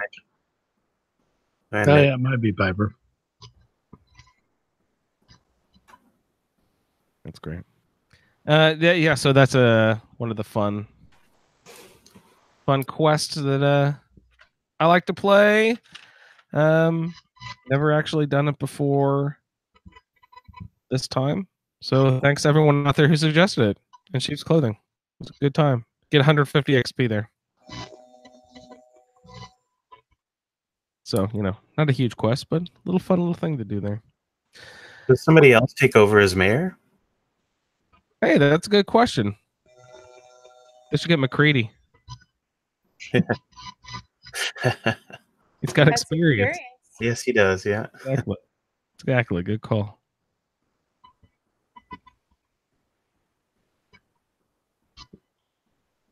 So, Sarah, was there any other Fallout stuff you got into this week? Not really. Because we've got a couple of things to play here, but of course the Halloween holiday just passed. Mm-hmm. I'm just gonna say, you have fun with your little ones? Totally. I'm exhausted. Yeah. How'd you do? How'd your kids fare? How'd your son fare? I'm full of sugar. Are you? I'm eating too much candy. I'm impressed that you dressed up as an Institute gorilla. Oh yeah, well, my son is obsessed with Godzilla, so Okay. I dressed up as our family likes to do. Everyone in the family does a theme. So he was Godzilla. I was King Kong. My wife was Mothra. We were all kaiju monsters, movie monsters. And I took mine, stuff to work that day. There's some silly people in our office who like to dress up and have fun. Except for, there's lots of safety stuff going on where I work, so you're not allowed to have fun and play around. Like, there's no horseplay and stuff. So, it was just fun to make it look like I was mixing chemicals in my monkey mask with my safety goggles on and my monkey, my gorilla hands and stuff. So that's pretty fun. I wanted to bring up, since our secondary purpose of this whole podcast is a food critique and regional food comparison. I was about to say regional sandwiches. Yes. Regional sandwiches. Let's get into Halloween candy. Sarah, what is the best top of the line Halloween candy? All right. So people think I'm an old lady, but my absolute favorite kind of candy from any holiday Don't say candy is corn. what? So don't say candy corn. No, candy corn's disgusting. Good, thank you. Thank you. It's Tootsie Rolls. What? Tootsie Rolls are my absolute favorite kind of candy. Any kind of Tootsie Roll. I love the flavor kind. I love the chocolate kind. They are the best. I do like the fruit ones. Those are tasty. Mm-hmm. Wow. I was not expecting Tootsie Roll. I know, right? I know. When I tell people that, they always give me the side eye. But you guys, there's just nothing better than a Tootsie Roll. There just isn't. My son picked one up and asked, "What is this?" Mail them to California. I will eat them all. No, I just started to try to explain it to him because he's sort of big into textures. You know, if it's not anything he's familiar with, he's probably not going to put it into his mouth. So this thing, I was trying to explain it to him before he tried it, and he just looked at me and kind of put it down and went to different candy. Those are the little candies that dogs make, right? Yeah, exactly. The dogs make. That looks the kitty box candy. Wow, Tootsie Rolls, amazing. What do Frater, do you guys give a crap about Halloween in Canada? Oh yeah, it's a big deal. This is the first year where my kids were too old to go. Oh, that's too bad. Yeah. What, there's like a law? No, they're just too cool for it now. Oh no, that sucks when the kids get cool. Yeah. So you didn't get any. Oh, but do you like have trick or treaters come to your house and stuff? Do you still do that whole trick or treating thing? Yeah, we do. We only get like 20 or 30 every year, and of course we buy enough for 100. Exactly. You got to, man, just in case. Tell me about a Canadian candy that I Yeah, don't what do we don't know about? You guys have like lion bars and shit, right? What's some Canadian Halloween candy that we don't know about? What am I missing out on in my life? You got me. I can't think of anything too unique here. Other than the Nanaimo bar, but that wouldn't be appropriate for Halloween. A what bar? Nanaimo bar? What is this? I posted a recipe for it a few months back when the whole regional sandwich thing started. Oh, is that like the brownie thing? It's sort of like that, yeah, but with a hard chocolate on top. Yeah. Oh, that sounds amazing. Okay, Frater, favorite Halloween candy? Coffee Crisp. What is that? Okay, Frater, when we say give us a candy that we don't have in fucking America, that's what I'm talking about, dude. What the hell is that? You don't have Coffee Crisp in US? No. We don't have anything. You have Snickers, right? Mars bars? Yes. Yes, of course. No Coffee Crisp. The fuck is a Coffee Crisp? Oh my lord. Well, that's the coolest candy in Canada then. There you go. Coffee Crisp. Can you explain it? It's kind of like your typical wafer chocolate, but with a bit of coffee flavor to it. Oh. So nice. is it like a Kit Kat? It's like a really thick Kit Kat. Okay. Not quite as hard. I might get behind that. Okay, I'm 100% on board. It's not a Tootsie Roll, but it'll do.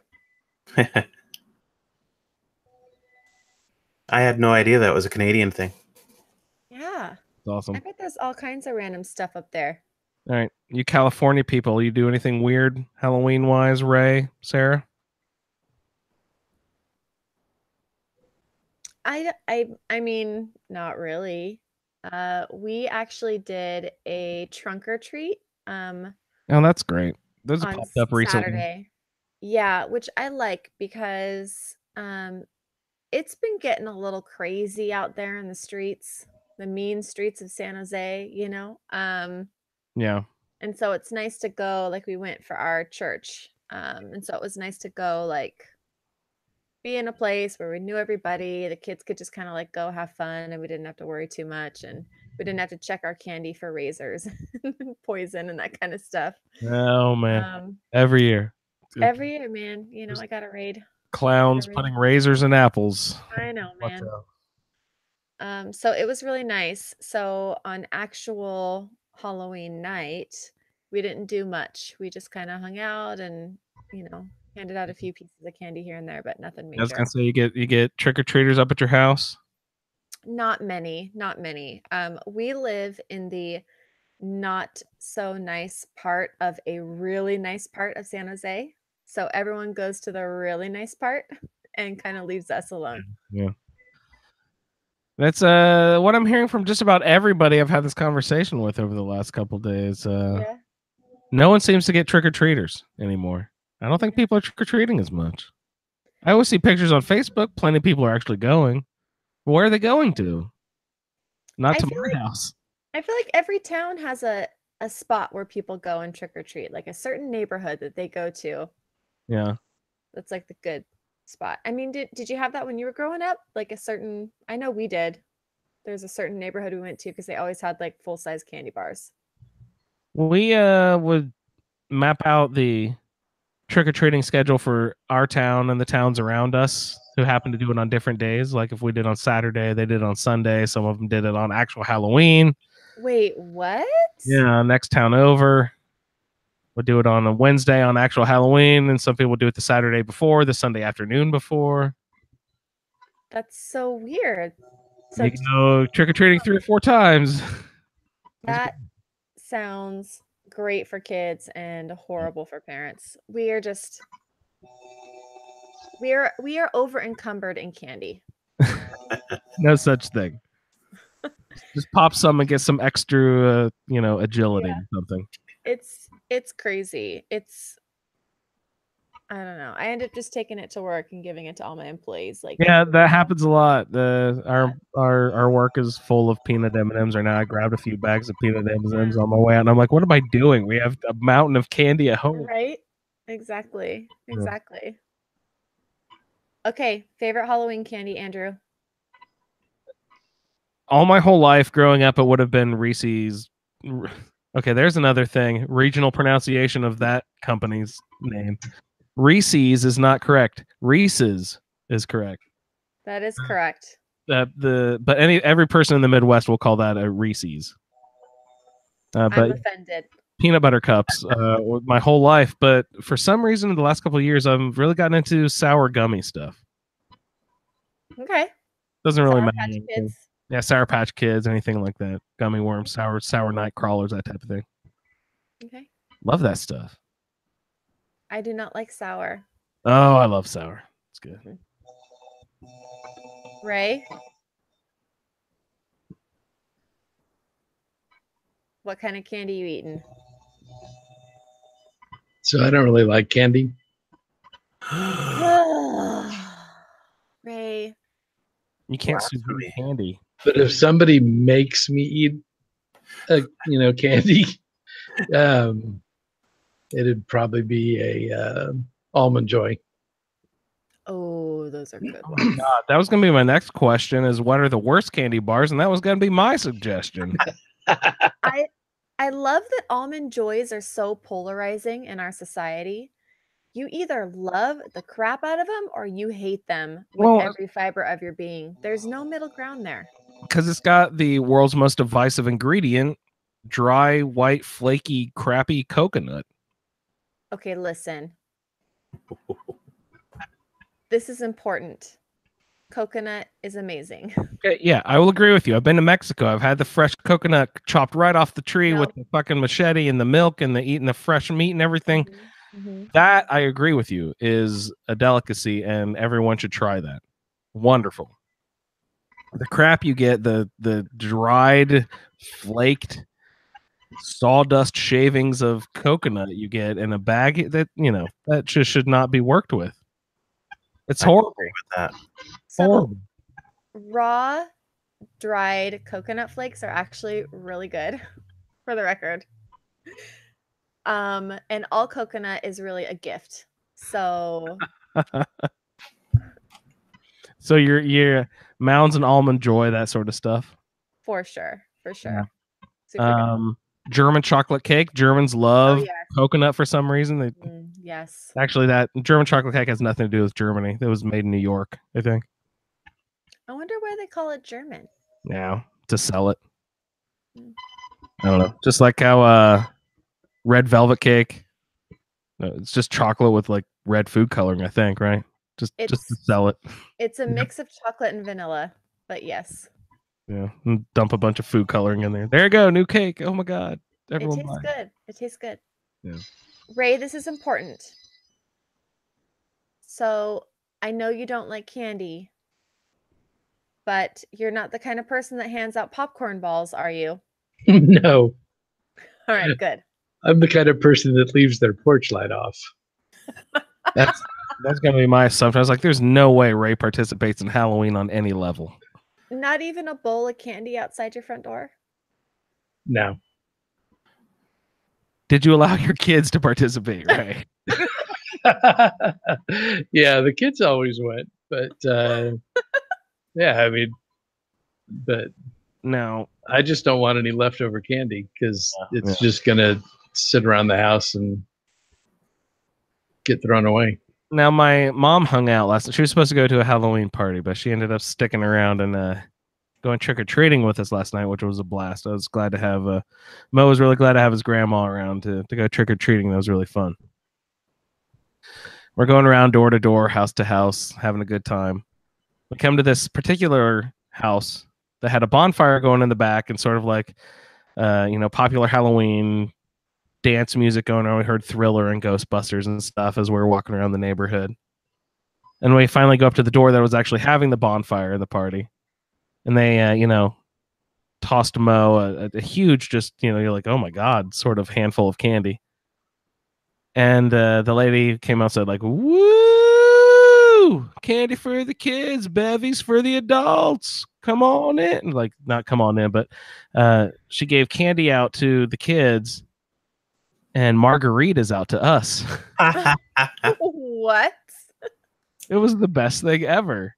And so my mom and I are just sort of like cruising around with Mo around the neighborhood, sipping on margaritas, walking with trick or treating and everything. It was a blast. It was a really good time. And awesome. just to have a margarita to sip on the she was giving out. I was like, this has to be illegal. There's no way she's allowed to be giving out alcoholic beverages to people walking around the neighborhood with children. Like, this has to be open container, something. I don't know. What laws am I breaking? Who cares? It was fun. West to me. Yeah, it was fun. There was a bunch of kids near me that reported to the police that they were given pills. What? Yeah, it gets better. The police investigated it, figured out who was giving it out. It was a senile old lady that got confused. Oh no. Yeah, pretty awful. Poor that's ladies. sad. The police had to go there, and yeah, just awful. She was giving out batteries, heart medication. Oh gosh. Yeah. Her dentures. Probably. Oh. She's giving away her like heart medication. She's gonna like keel over or something. Poor lady. Yeah. Yeah. Anyway, as we're trotting around with my mom, I think the tequila loosened her up a little bit, but she was telling me when she was younger, trick or treat was actually trick or treat, like if people didn't give you a treat, or if jerks like Ray left their porch light off, fair game. And I learned that my mom was some sort of vandal or something. And she also mentioned when she was a child, she's up there in age a little bit. Halloween was not just a one-day thing. Like, it was pretty much the month of October. You could go out dressed in costume door to door and do this sort of like trick or treat thing. playing tricks on people, knocking on doors, running away, doing ding dong ditch, that sort of thing. It was crazy. Wow, a whole month long. I've been to places that do Halloween for a whole week, but not for the whole month. Yeah. We've narrowed it down and made it nice and safe and sterile for everyone. I'm so it was a good time. Yeah, we like I mentioned before, we dressed up as King Kong, Mo was Godzilla, and my wife was Mothra, so it was fun. I like doing that sort of stuff. It's super fun. Yeah. All right. Before we sign off tonight, we got a couple of submissions for audio feedback here. Sarah mentioned in the group that her husband somehow tricked her into being a gamer, and I was like, all right, you got to send me an audio feedback to tell me that story. So we're going to check in with Sarah and see what she has to say there. All right, Sarah Saylor here. Andrew asked me to send you all the story of how my husband tricked me very slyly into being a gamer. So it happened. I don't even know how it happened exactly. When he and I met, my idea of gaming was I played a lot of D&D and a lot of Magic the Gathering. And so he was like, hey, why don't you come over to my house? We're gonna watch this movie, and I think that you'll really, really like it. And I was like, okay, whatever. So I went over to his house, and my first introduction to video games, like aside from like 8-bit games, Super Nintendo and stuff, which I had whenever I was a kid, was we watched Final Fantasy VII Avid Children, and I loved it. I thought it was just so awesome. And he was, at the time, I didn't have a console at home. I had a crappy little Dell laptop that I loved. It was like my favorite laptop forever for a long time, even though, it was just a little Windows Vista machine, not a great one. And so he was like, a bunch of us are going to start playing Final Fantasy 11. I played it a long time ago and we're wanting to get back into it. I think that you'll really like it because you like to play Dungeons and Dragons. And this is like live action Dungeons and Dragons. And I was like, okay, sure, whatever. So he buys it for me. He installs it on my crappy Dell laptop, and I got hooked pretty hardcore. And I played that for a really, really long time. And then he was like, about a year later, he was like, for Christmas, you've been seeing these games that you'd like to try out. You want to play Little Big Planet, you want to play Portal and God of War. And so what I'm going to do is I'm going to get you a PS3 for Christmas, and that's going to be your awesome Christmas gift. And I was like, okay, that sounds cool, whatever. And so he buys me my PS3 for Christmas, and I wore it out. I played a bunch of video games on it, and I loved it. And like I said, I literally wore it out. And I wasn't, at that time, I wasn't doing a lot of PC gaming. I mean, I played like Sims 3 on the PC and everything, but nothing really serious. And then I went on maternity leave with my son, and my laptop died. And my husband was like, okay, well, first of the year, because he was born the end of October. So we had Christmas and everything to buy, and that wasn't like the ideal time to buy a new computer. Don't want to be selfish or anything. So he's like, at the first of the year, we'll buy you a new computer. But he was like, I'm going to pick it out because I know exactly what you needed in computer. And I'm like, okay, whatever. So I let him pick out my next computer. In the meantime, because I was at home with the baby, who all he did was, eat and sleep and poop, because that's what babies do. He bought me Skyrim because I had been wanting to play it, and he bought it for me on the PlayStation. I played it a little bit at that point. I didn't play a whole lot of it then. And then he got me my computer for Valentine's Day that year, and it was this crappy CyberPower PC. And if you ever buy a gaming computer, do not buy a CyberPower. They're the biggest piece of crap ever. They weigh like 20 pounds, and that's a lot for a laptop. And they have a bunch of really crappy parts in them. But anyway, at the time I didn't know any better, so I loved it. And he was like, at that time, once my son was a little bit bigger, I did start playing more Skyrim and everything. And he was like, okay, well, why don't I get you Skyrim on your laptop? Because I think that you'll like it better on the laptop. You can mod it. There's a lot more you can do with it. And I was like, okay, whatever. I'll give it a try. And so that's actually what he bought me for our anniversary that year. He bought me Skyrim and the big strategy guide for it and all the expansions. And I got really, really hooked on it. And actually, since then, I have been strictly a PC gamer. I haven't played a game on a console in a very, very, very long time. And sadly, whenever Fallout 4 came out, my computer could barely run it. And I was absolutely heartbroken. And then that computer, I had it for like 3 years, and it died.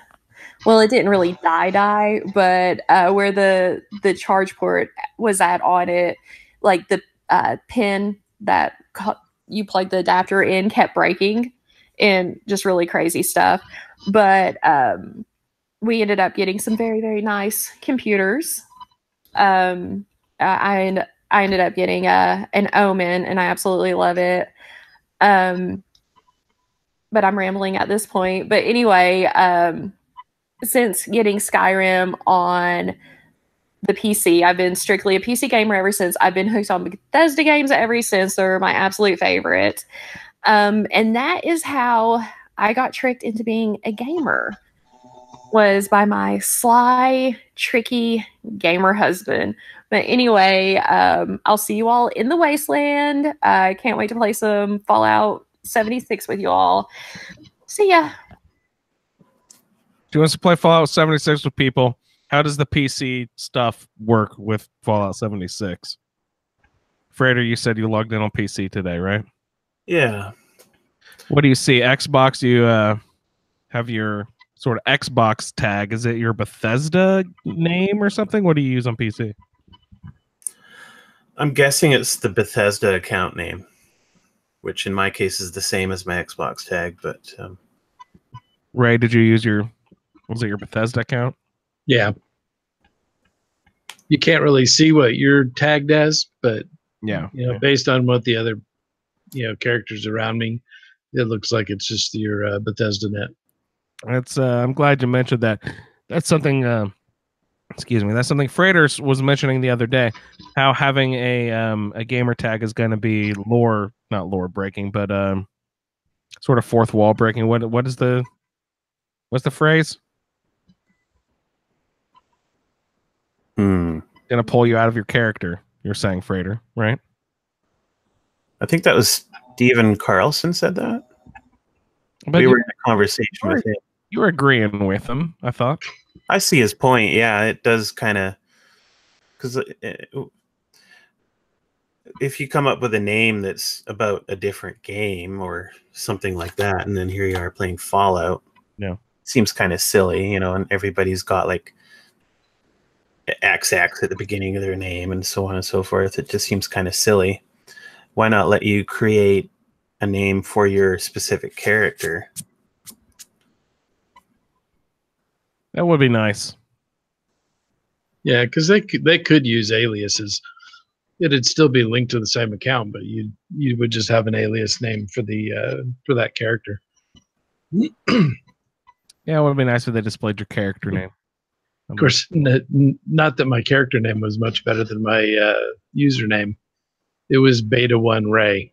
Beta 1 Ray. There you go. So you can guess what the next one will be.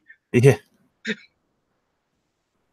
How many characters do you foresee yourself building during the beta? So far, it looks like we have a cap of 5 right now. Are you going to fill all 5 of those slots before the beta's done? If I get the opportunity, because I got to test it and see if that's actually how it's going to work. Yeah, good call.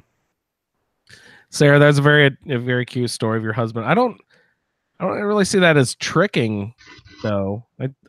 I'd see that as like enabling, spending time together. You know, encouraging. Yeah. Encouraging. Yeah. Sounds like a stand-up guy to me. Yeah, he's helping you out there, doing the right thing.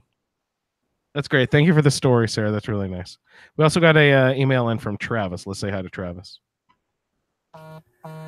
Hello, I hope everyone is doing well tonight. My name is Travis. I've played Fallout regularly, still play Fallout 4.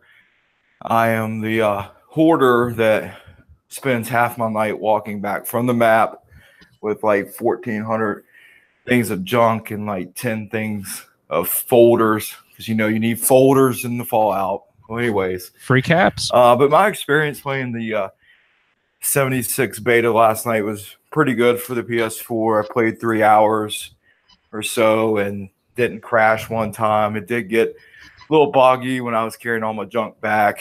But one thing I was worried about from a guy that does hoard is that someone would be waiting for me to find all the junk and then just snipe me and take my stuff. That didn't happen. There was a guy that came up and tried to machete me, but he totally whiffed. And I just kind of walked away laughing at him, because you can do that now, which is really cool. I was worried about Fallout 76 and not so worried about it anymore, because I feel like all the preconceived notions and YouTube videos that are out there were just speculation. They didn't know. And, I kind of believed it, because I believe most of the YouTube video gamers out there, because they do this for a living, whereas I'm just a banker and do it part-time. But again, everything I was told was wrong. The card system is awesome. I found, got to level up to level 7. I got to combo the Gladiator perk, which gives you 25% melee damage. I found a hacker card and a lockpick card, so I got really lucky as far as that goes. But it did seem like most of the people would be willing to trade cards. In fact, I was asked by a player through text last night if I wanted to trade, but I couldn't quite figure out how to trade. I think it's just a big WIP, as we say, work in progress, that will eventually be good, because I've never really played role-playing games. I was always a sports player until Fallout 3, because I'm a couple hours from DC, and I thought that was really cool. And I never really got into that whole genre of games as far as an MMO, standpoint. But now that I've tried it, I kind of enjoyed it. It was nice seeing people, jumping up and down, and instead of just walking through this boring wasteland that maybe a tree might move every once in a while, or a mole rat might attack you. So it was nice seeing people. Made it feel like it was actual, world instead of just me. So that part of it was great. But yeah, that's what I think.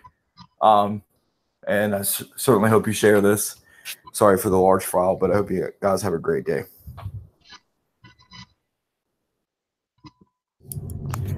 Hello, it's me, Travis, again. I'll continue my second part. But one thing that I love is the build. I don't know if anybody's seen my personal builds. And, I'm not going to do a shameless self-promotion here. But anyways, we all like to build. One thing I loved was that Fallout 4, you had to pretty much unlock certain things in order to build the workshops and have the perk, that goes with it. This, you can build the workshops from the start of the game. As soon as you're out of the vault, you just have to have the required components for crafting.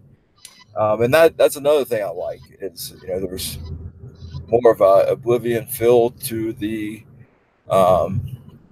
crafting supplies, the wood, the gunpowder, and things like that you have to have in order to craft things. And I feel like it just makes more sense this time. I mean, the whole goal is to repair objects.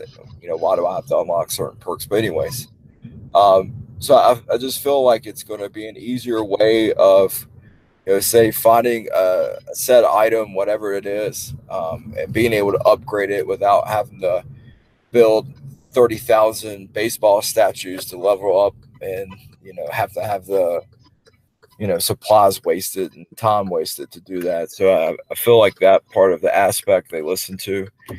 It looks like there are more the snapping's easier with the building. Within the first hour, I was able to have just a little 4x4, shack with a roof and lights, and I didn't have to do a lot of work just gathering, and that's something that I enjoy.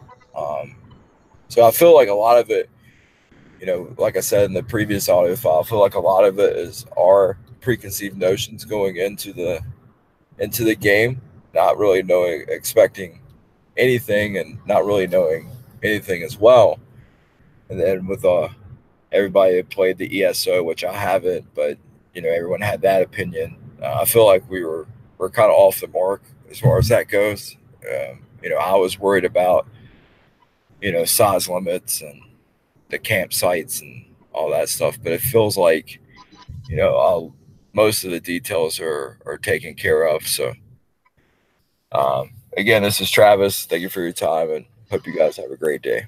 Right on, Travis. Thank you so much for your cool audio feedback. Anybody else out there joining in, finding the show, doing the Fallout 76 beta and everything, hop on in. We're a giant community show. If you want to send us some audio feedback, we'd love to hear from you about your experiences off there. Travis, thank you for your reflection on what you're doing so far in the game. Please keep it up. Send them in. I'd also like to give a shout out to Connor. Thank you, Connor, for contacting the show. Radioactive Rebecca will be contacting you soon with some Fallout Terminal Velocity assignments. So thank you, Connor, for contacting us.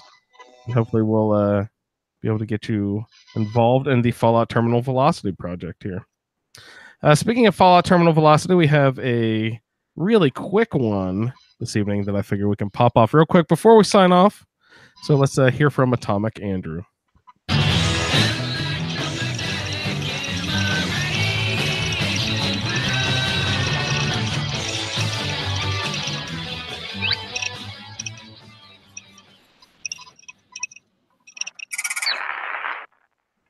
Howdy, this is Atomic Andrew, and walking around in the wasteland the other day, I received a random radio signal, tuned my Pip-Boy over to it. Turns out there's some rando named Radioactive Rebecca up west of Concord, who is paying a few caps here and there for information, historical or otherwise, about locations around the Commonwealth here. I'm just around Boston scrapping and looking for adventure. And I come across this place called the Fiddler's Green Trailer Estates the other day. I find some of these holotapes. I haven't really popped into my Pip-Boy yet, but I figured, she might pay a few caps for them yet. So before I walk my ass all the way up there, let's go ahead and take a listen to these bad boys and see what's on them. Hello. My name is Storytime Simon, and I hope you like stories, because I love to tell stories. This one is called The New Squirrel. Come with me on this magical adventure. There once was a young squirrel named Ricky who lived in a big oak tree in a city park. Ricky was a brown squirrel and lived in the oak tree with all his brown squirrel friends and family. Every day, Ricky would look out from the top of his tree and wonder what kind of squirrels lived in other trees. The older squirrels warned Ricky that the squirrels in other trees were thieves and liars. They were never to be trusted. Ricky had a rebellious heart and would not form his opinions based on anecdotal evidence. End of holotape. Please insert holotape 2.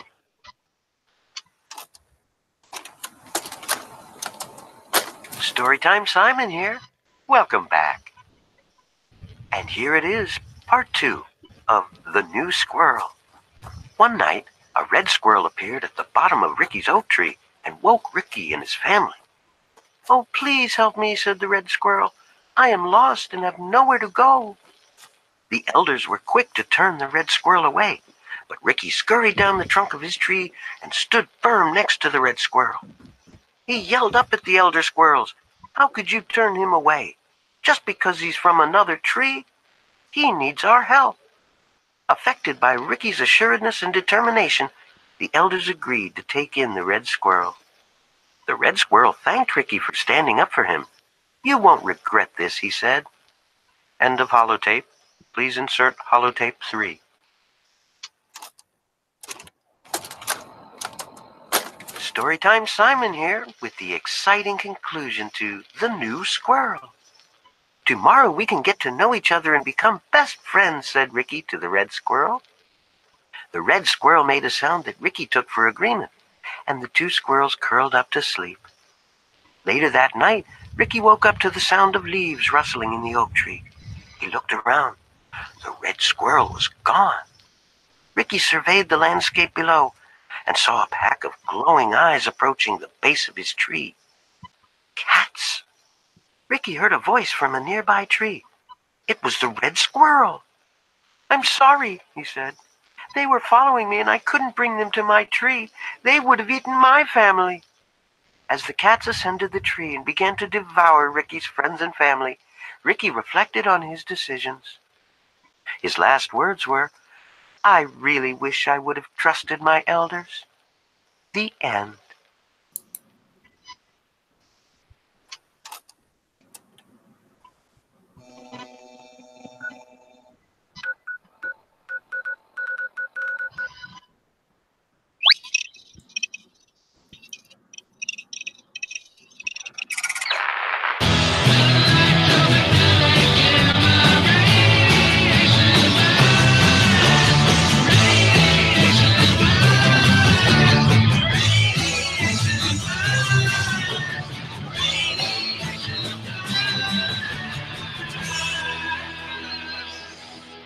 I'd like to thank everyone for listening to this edition of the Fallout Feed Roundtable. Freighter, thank you for joining us this evening. Thanks for having me. It was a good time. Wonderful, wonderful. Sarah, as always, lovely to spend the evening together. Thank you. Ray, buddy, thanks for hanging out tonight. Always a pleasure. I'd like to thank everyone. Oh, God, I already said that. I'd like to thank everyone for listening to this episode of the Fallout Feed Roundtable. And couldn't tell I missed the music. Shit. And pull it up in time. We'll see you in the wasteland. Thank you for downloading this episode of the Fallout Feed Roundtable. If you are interested in doing a play-along character with us, the show can be contacted by emailing falloutroundtable@gmail.com.